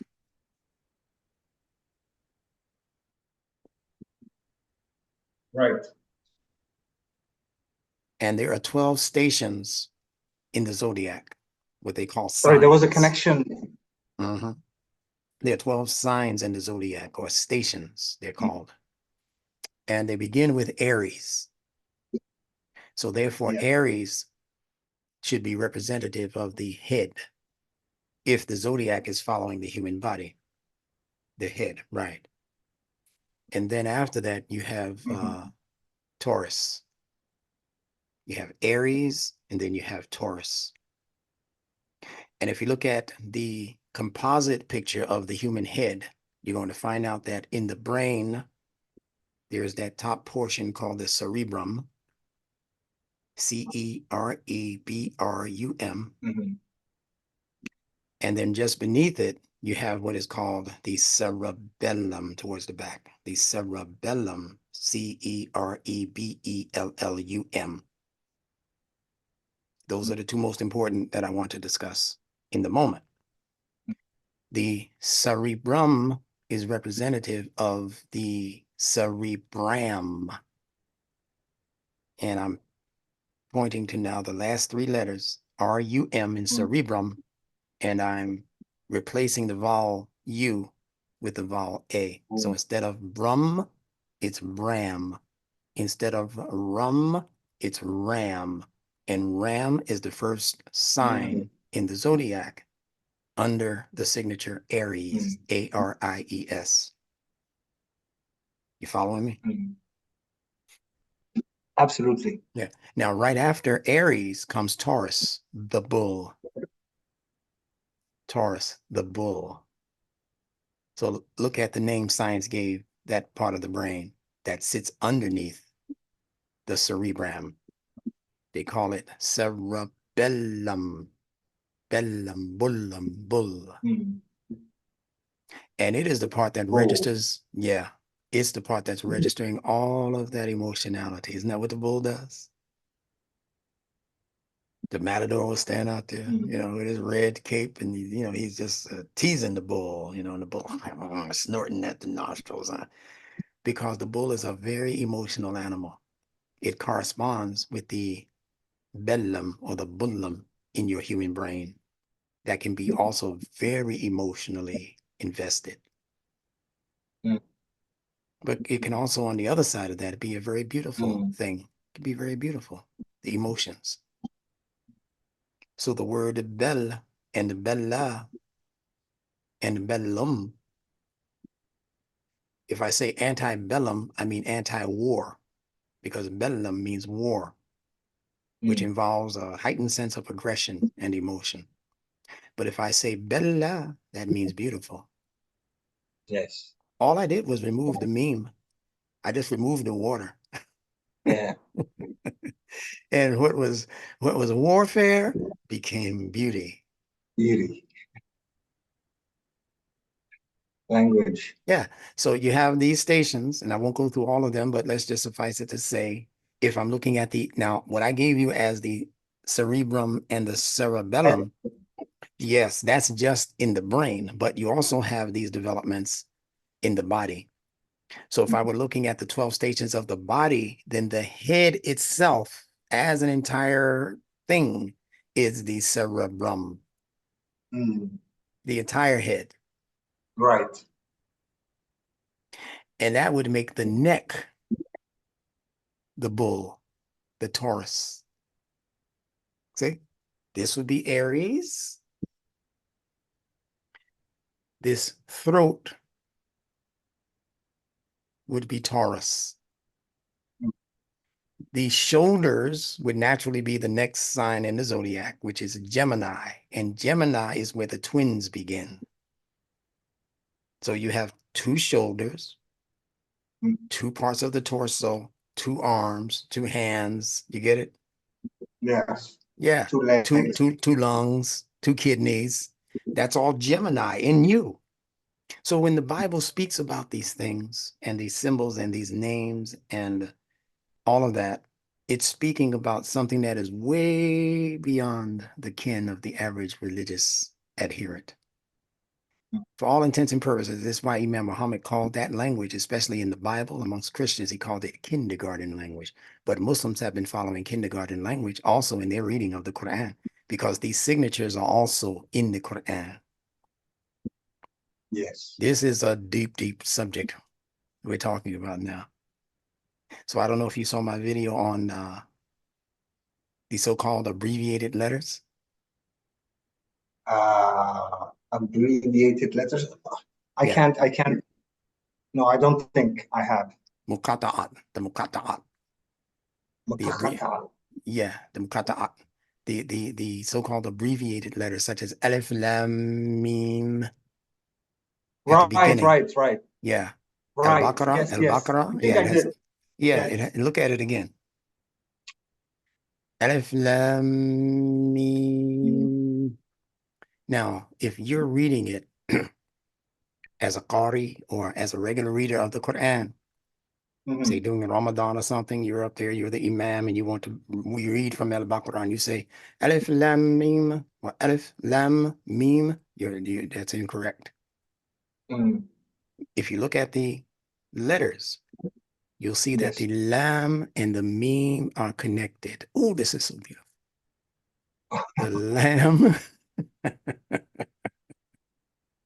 and the meme, they are connected. Aleph is separate. Right. Yeah. So you have to say Aleph, lam, and it has a medda, so you can elongate it as Yes. long as you want. Aleph, lam, meme. That's correct. Now, if I'm correct in this nunetics phenomenon of language, and I tell you that Right. every letter has its own unique and distinct meaning, it means something a little different amongst the so-called abbreviated letters, Mm.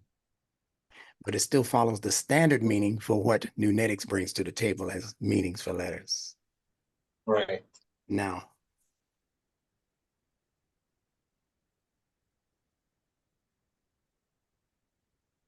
Aleph, when observing it from the zodiacal viewpoint, represents Aries.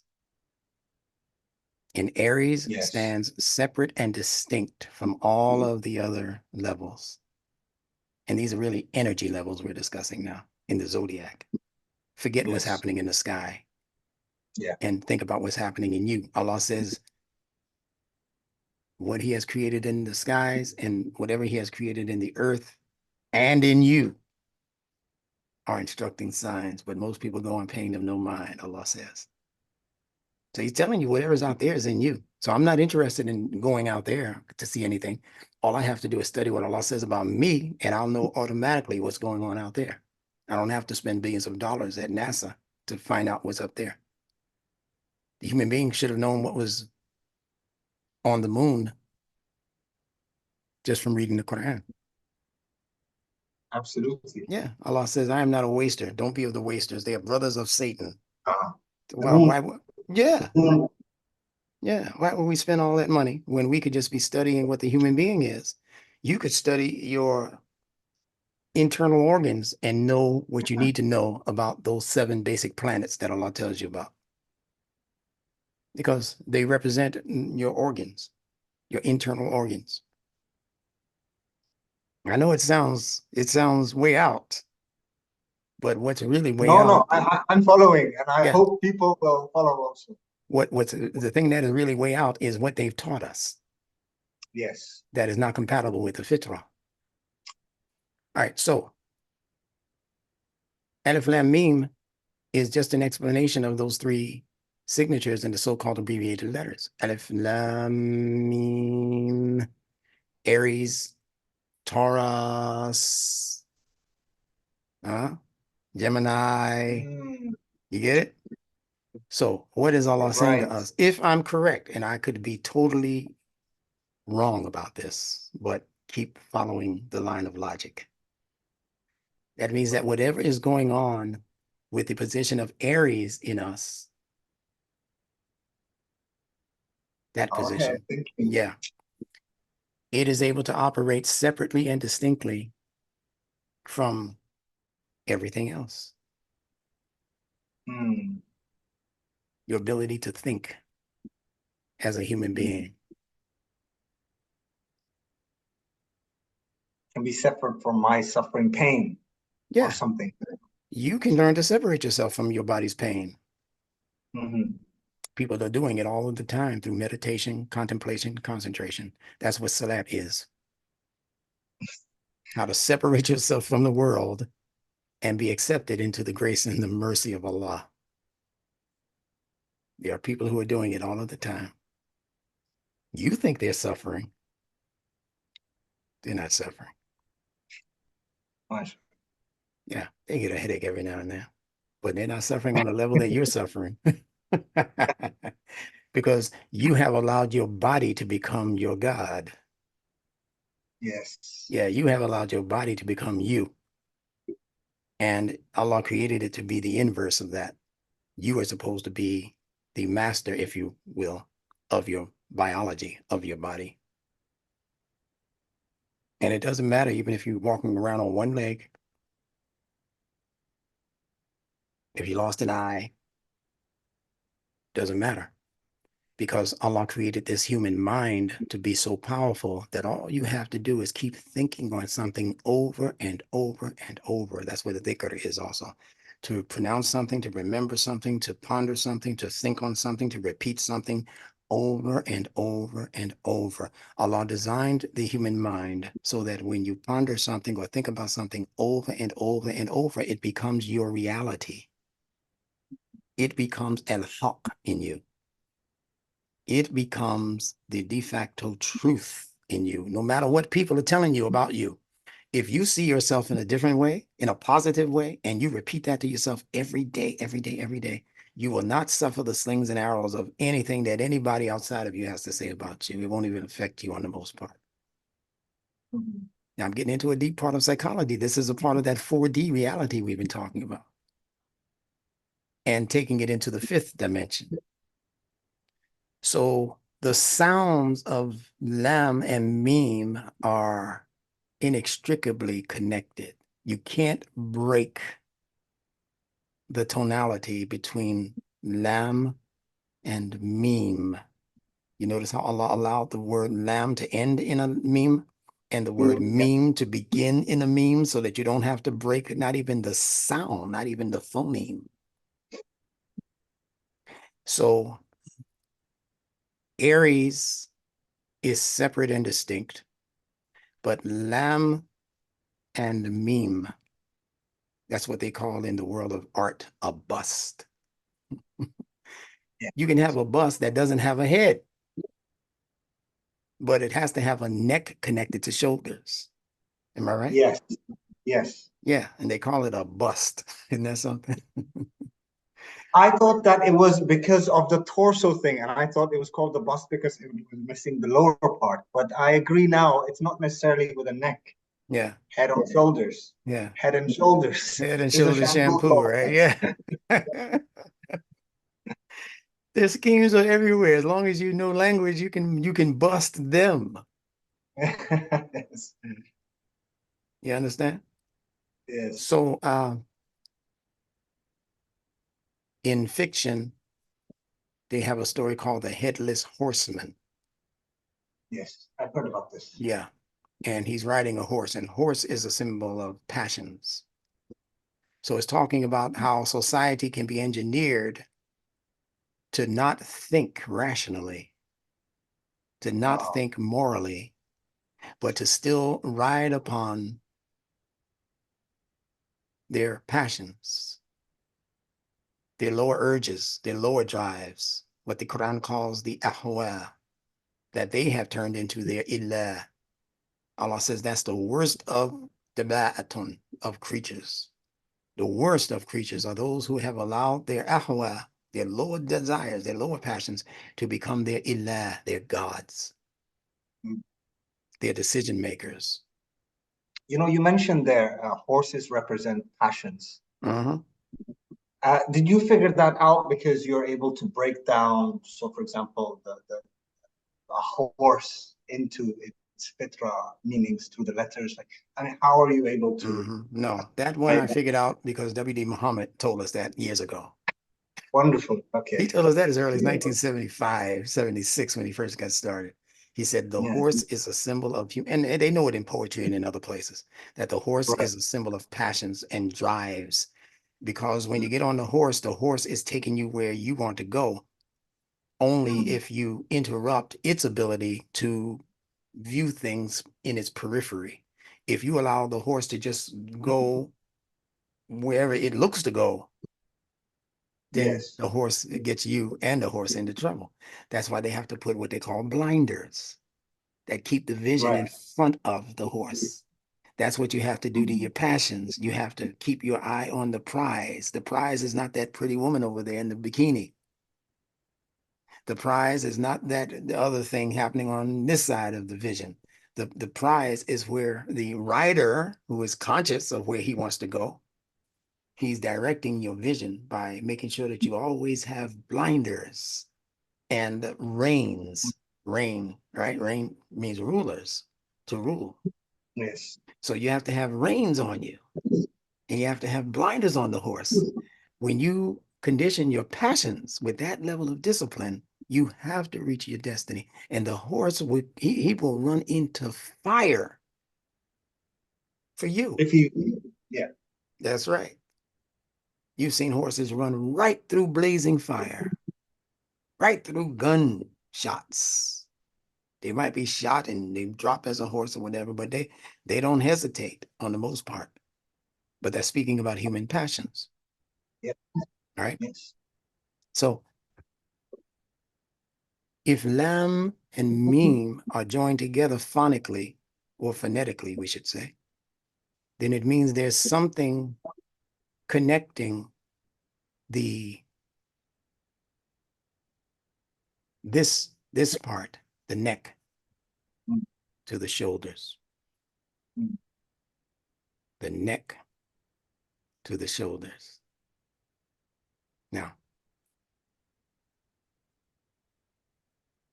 the letter lam is also indicative of human emotionality,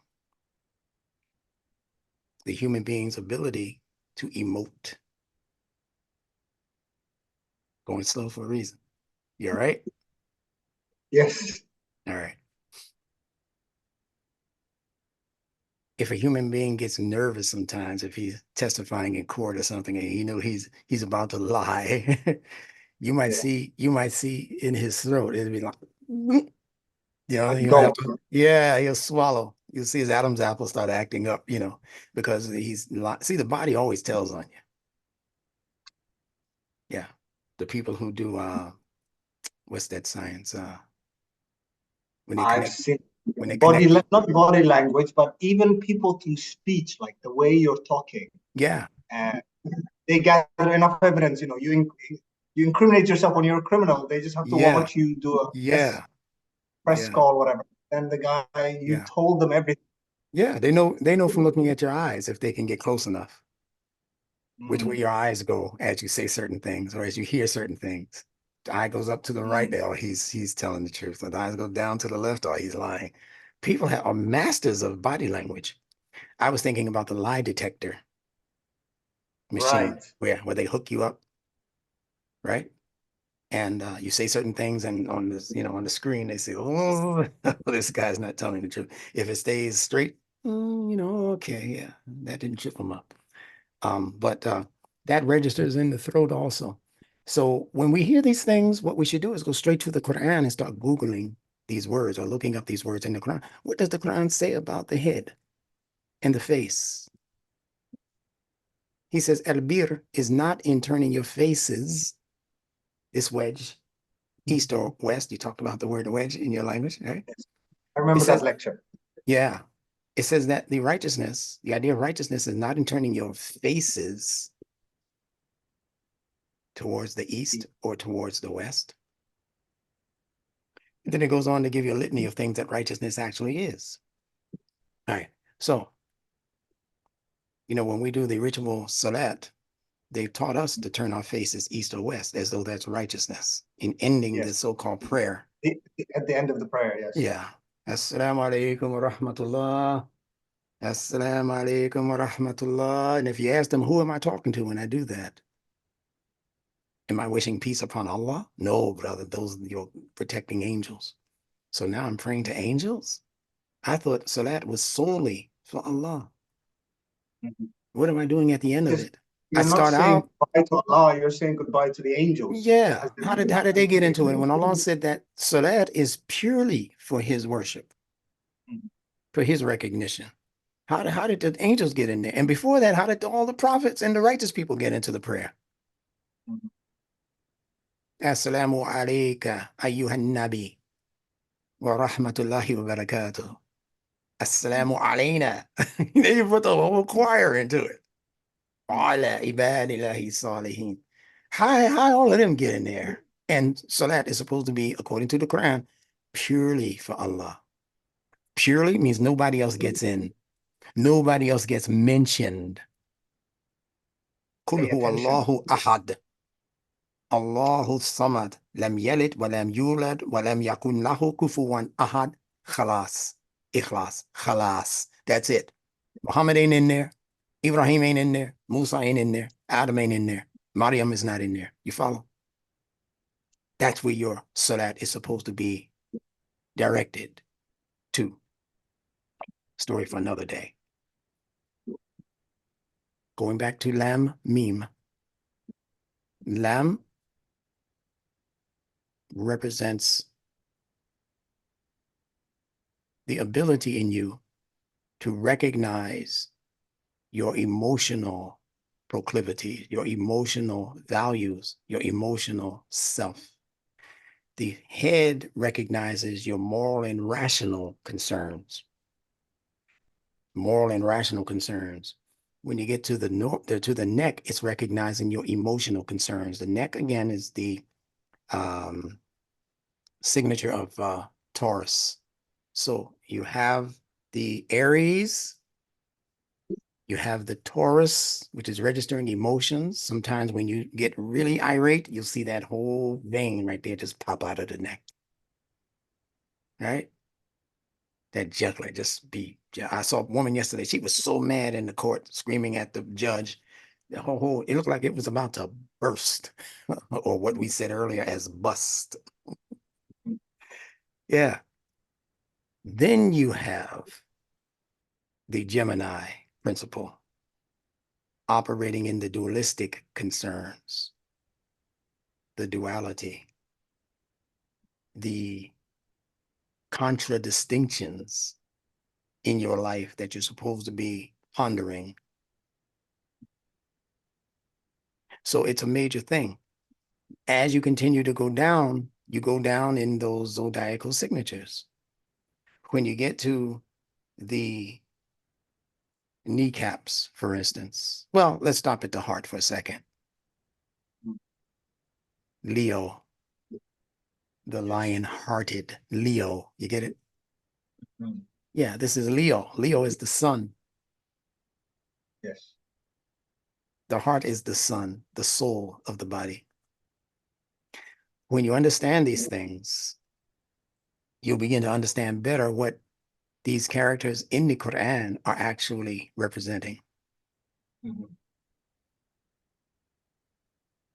You'll understand, you'll understand what Maryam is in her ability to have a baby without becoming pregnant by a man. That's Virgo, the virgin.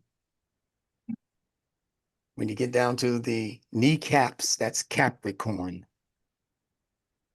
Kneecaps. Yes. When you get all of the way down to the 2 feet, that's the 2 fish, exemplified in Pisces. These people who run this world, they know this. And they have been fighting like the dickens to make sure that common people like you and me never know this. It's funny. I've seen a picture of what do you call that now? Where the astrological cycle. Yes. And in the middle was a baby. And the way it was structured, the way it was in a fetal position. Yes. And basically, whatever you just mentioned now, all of the parts of the body were pointed at in the right places. Or there, Leo was in. That's right. Heart, They know head this. was in They Aries. know Yes. this. Yeah. Just Google the astrological body in images. In Google Images, the astrological body, and it's going to show you everything plus that I just told you about. It'll show you each of the 12 signs, what parts of the body they're referring to, and why. So these are the sciences that the ulama and other people don't want us to know about. They know about it, but they don't want you to know about it. They think it's too much information for you. They think it's going to take you off of as-sirat al-mustaqim, and you're going to become a kufr. You're going to say, oh, there must not be any Allah because there's the zodiac. No, it'll only say that Allah is the creator of the zodiac. And he tells you that in the Bible and the Quran. Allah says that he is the Lord of Sirius. What is Sirius? That's a star. He talks about al-buruj. That's all of the formations of stars. The Bible tells you that the 3 wise men were following a star, and that's how they got to recognize where Jesus was. They were following a star. That's why the Zoroastrianism. So what we're doing with our Nunetics method is actually broadening the scope and leveling the playing field that thinkers were intended to think upon. That playing field has to be leveled so that it's not, if I need to know something, I have to go to the sheikh. You can go there if you want. You can go there for assistance. You can go there to have some questions answered. But Allah charges each and every one of us with gaining knowledge for ourselves and being ponderers. Allah says, do they not yet tadabbaru al-Quran? Do they not deeply ponder the Quran? And he means for themselves. If it had been full of holes, see, there would have been a problem. So that's where we are. We are at an era now. We've crossed the cusp. We're at the cusp of an era that is sending down cosmic energies that are causing the average one of us, even if we're not really trying to be smart, the energies now are forcing us to be smart in certain things. It's just that the drug dealer, he's just become smarter in how to deal drugs. See, everybody has to participate because it's energy that's impacting the earth. But the human has to make a determination for him or herself whether they're going to direct it in the area of righteousness or wickedness. Now, when the righteous people just sit back and let the wicked people have all of the play in the world, then that's how the world becomes wicked. And it's not Allah's fault, it's our fault. As soon as the righteous people say, we're tired of this level of corruption and we're going to do something about it, no matter how small a group you are, Allah will make that small group victorious over the larger groups. He tells us that in the Quran. It's not about numbers. It's about the potency of your energy and where you focus it. There are people who have gone into hospital rooms and have made dua, what we would call dua, for a dying patient, dying from cancer, whatever. And those 10 people in the room would just pray as Christians or Buddhists or whatever they were. And in many cases, and doctors who were atheists witnessed this and reported on it.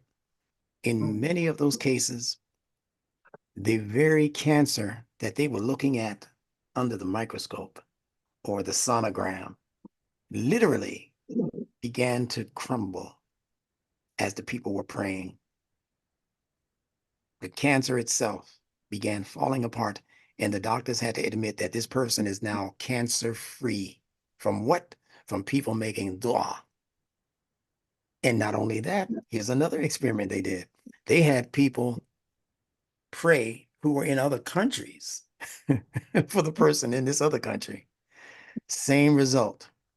These energies don't know regions and geographies. They don't know regions and geographies. We don't understand how Allah has created this stuff that we're calling the world. You have dogs who have gotten lost while going on a vacation trip or something with their owners, and somehow the dog got loose in Florida, but they live in North Carolina. And they looked everywhere. They couldn't find their dog. They were sad. They had to go all the way back home, minus their favorite pet. And then days later, guess what happens? There's the dog at the door. Now, this is a dog that, now you might say, well, he did that because he's got a powerful snout. Okay, but he didn't, they didn't walk there. They rode there. This is very interesting. He had to sniff his way back using just the air, not a trail, not feet, not foot marks, not paw marks, not the smell of his paw, not the smell of his owner's smelly sneakers. He didn't have nothing to go for or go with except what was in the air. How beautiful is that? And he made it back home. They have many of these experiments. We talked about the lie detector tests. They give a person a lie detector test and they see it registering in the room with the person who they have the connections to. And they're saying, well, no, he didn't tell the truth. He didn't tell the truth. Okay, he told the truth. He didn't. Then they said, let's see what happens if we put the machine in the next room behind the wall. Same result. Same result. Oh, he's telling the truth. He's not telling the truth. Then they put the person in a different city and they questioned him from two states over. Same result, same result, same question, same results. Isn't that something?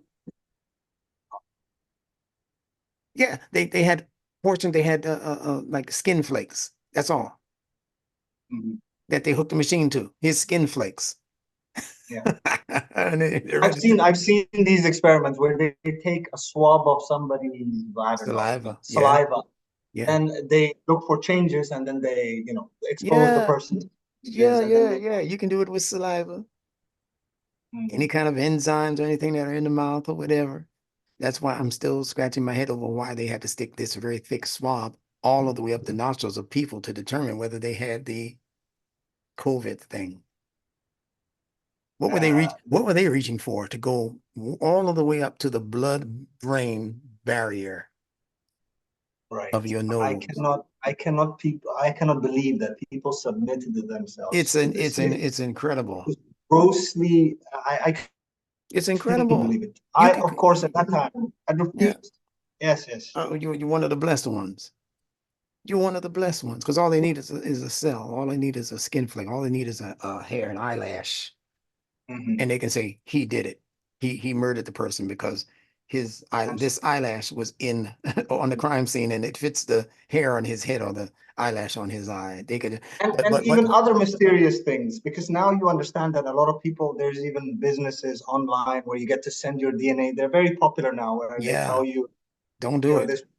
Yes, yes. Yeah, don't ever do that because they have an effort right now to collect the DNA of just about everybody on Yeah, planet Earth because they want as for their much records. control over our lives as we will give them because we have to give it to them. They can't take it.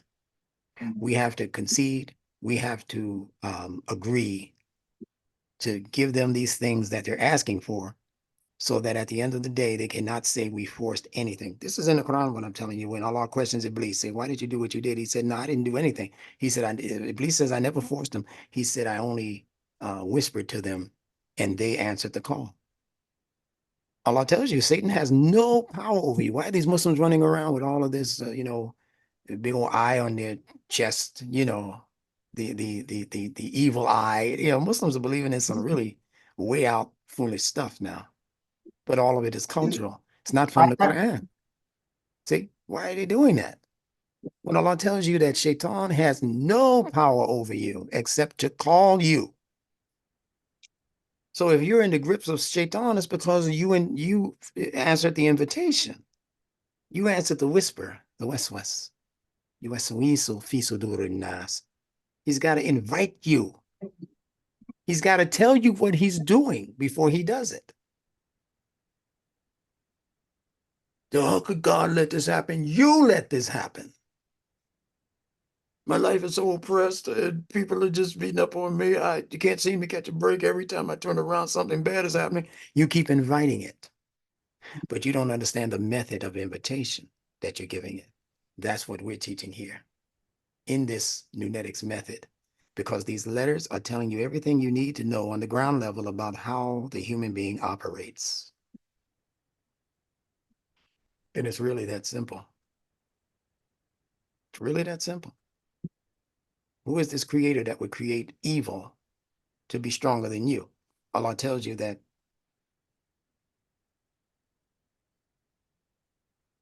uh, you should be fighting the schemes of Shaitan, for his schemes are da'if. They are weak. His schemes are weak. So what does it say that you succumbed to his schemes? What does it say about that person? How weak are you? It's like saying my 3-year-old punched me in the gut and I fell out and hit my head and ended up in the hospital. Your 3-year-old did that? You think I'm going to have sympathy for you? You're weaker than your 3-year-old is what you're telling me? So Allah says that Satan is weak. All of his schemes are weak. So if you're succumbing to his schemes, it's just like that guy that fell out because his 3-year-old accidentally hit him in the stomach and he fell out, started internal bleeding. What kind of stuff is that? You have to grow enough muscles, and our men have to grow enough kahunas to be able to withstand any and all of the things that are happening in the world today. I want to go back to the name, though. I left that. No, yeah, we were there. prematurely, I Oh think. shit! I thought you'd encapsulated it or provided at least. Yeah, I well, don't know if you were going. I at least wanted to say that in case people are worrying about the on or the un on the ends of these words, those are suffixes. You're right. Yeah, they're like what we would call in Arabic a tanween. So it means that it can be applied to anybody fitting that description of the G and the SH or the K and the SH. The EN, IN, Yes. UN, It's not even in too other constant languages. there. Yeah, it's just a suffix. And what it does is that it makes whatever those letters mean, it makes it generic, not specific.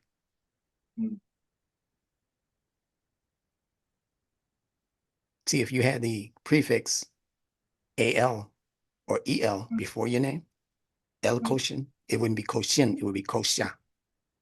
El Kosha. Right. Just like in Arabic, if I were to talk about the book, the Al Quran, I have to say Al Quran, right? But if I were to talk about indiscriminate books, I'd have to say Quranan, not El Quran. That's a specific book. Quranan, that's a generic group of books that resemble each other. So the AN, the IN, and the UN are called the tanween. In English, it's called nunification. Right. The principle of pardon me, it's called nunation in English. Adding the N, adding the letter nun. Yeah. So yeah, it's the capturing of something and then the allowance for that thing to begin to spread out and affect other things, to feed other areas of the life, like the sun does. Now, your first name, spell it. That was my first name. Oh, I'm sorry. Yes, give me, My I'm sorry. last Yes, that's name. right. Your last name. Your last name? Actually, I know about names. So, they have this thing in Europe and America called your family name or surname. It's actually surety name. So for us, we just do, father of. So it's actually my grandfather's name. Yeah. Which I turned into my family name. Got you. Got it. Spell it. I'm not going to leave you alone. Oh, sorry. So it's Garane. Yes. So remember we said that G is a guttural. And that means it's in the throat. Right. And then the next consonant is R. And then the next or last consonant is the N. If I take that G and substitute it with another guttural called Qaf, and I leave the R as Ra, and I leave the N as Nun, then that name is consonantally connected to the word Quran. Yes. There's other things I can say about it to narrow it down, because the N in the word Quran is also, in fact, a suffix. Right. It's not a part of the original family of letters. Right. It would have to be Qaf Ra Alif or Qaf Ra Hamza for it to be the root of the word Quran. And the extended an at the end of Quran actually intensifies the meaning of that word, whatever it represents. It intensifies it, like Rahman, like Al Furqan. See that elongated AAN? Yeah, Yes. that makes it exponential. That means Allah's mercy as Ar-Rahman makes it like it's everywhere. Yeah, so then Quran should represent something that is also everywhere. And the everywhere is the fitrah. If you want to read the true Quran, learn to read Allah's fitrah. MashaAllah. All right. Any other questions? Not that I had prepared anything very special. I mean, I could go on for Well, it's all ages. right, because we're going to do this at least once a week. We're going to be with you once a week. Oh my goodness. Yeah. This is a The beautiful audience really. is they're loving you. I'm getting emails about you. My goodness, my goodness. Thank you Yeah. to all the viewers. I hope, they learn as much as I'm learning. And it's incredibly beneficial for me, I would say. But yeah, I mean, this is each person's job. It's each one of us responsibilities to be digging into this stuff. And personally, I cannot wait until I get my book and I'm there with the other students, pen and paper, Yeah. trying to make some of these connections there Yeah. and And figuring some stuff out. there are some of the other instructors who would love to meet you. So we'll in the future have some webinars that include maybe 2 or 3 other of our top learners, our Wonderful. top I would instructors. love Yeah. to meet them also. I think, I've come across some of them through your lectures. Mhm. Abdurrassaq, Yeah, Mahir yeah, Abdurrassaq. Mahir, Yeah, yeah, for very sure. For interesting sure. character. I love his Yeah. presentation. Oh yeah. Oh yeah. I'll pass that on to him. He'll see this video. So he'll be one of the ones, maybe just the 3 of us for the first session. MashaAllah, And you can mashallah. come to him with any questions that you have. Yes, he's a Oh, master of languages. So yeah, yeah. I would love Yeah. him to train. Yeah. Yeah. He's a master Um, linguist, philologist. He's all of that. Deeply impressive. Yeah. And he Um, he grew up in the Nation of Islam too as a young boy yeah. under Elijah Muhammad, under Wallace D. Muhammad. That he got most of his training there, and then he went into the armed services, and he's done a number of things that are incredible for his age. Yes. Yeah. So he dedicated himself to language, as I have done. It doesn't take a college degree to do Mhm. that. So we're thankful for all of the assistance that we can get in spreading this elevated information to people who have not been privy to it. Yeah. So it's our pleasure. Yeah. Wonderful. It's wonderful. And All I'm right. very grateful to be accepted into your group and to learn amongst Okay. you. I'm sure that, yeah, some great things are to come from this. Hopefully. Inshallah. We believe that. We Inshallah. believe that. So thank you for the time that you've given me today. And Thank you. Thank you again. Hopefully we'll do this soon, inshallah. yeah, we'll be in touch with each other to make a Yeah, new appointment and yeah. keep this train rolling down the track. I mean, All right. Okay. thank you. Speak with you soon. Pleasure's all mine. Assalamu Thank alaikum. you. Alaikum salam.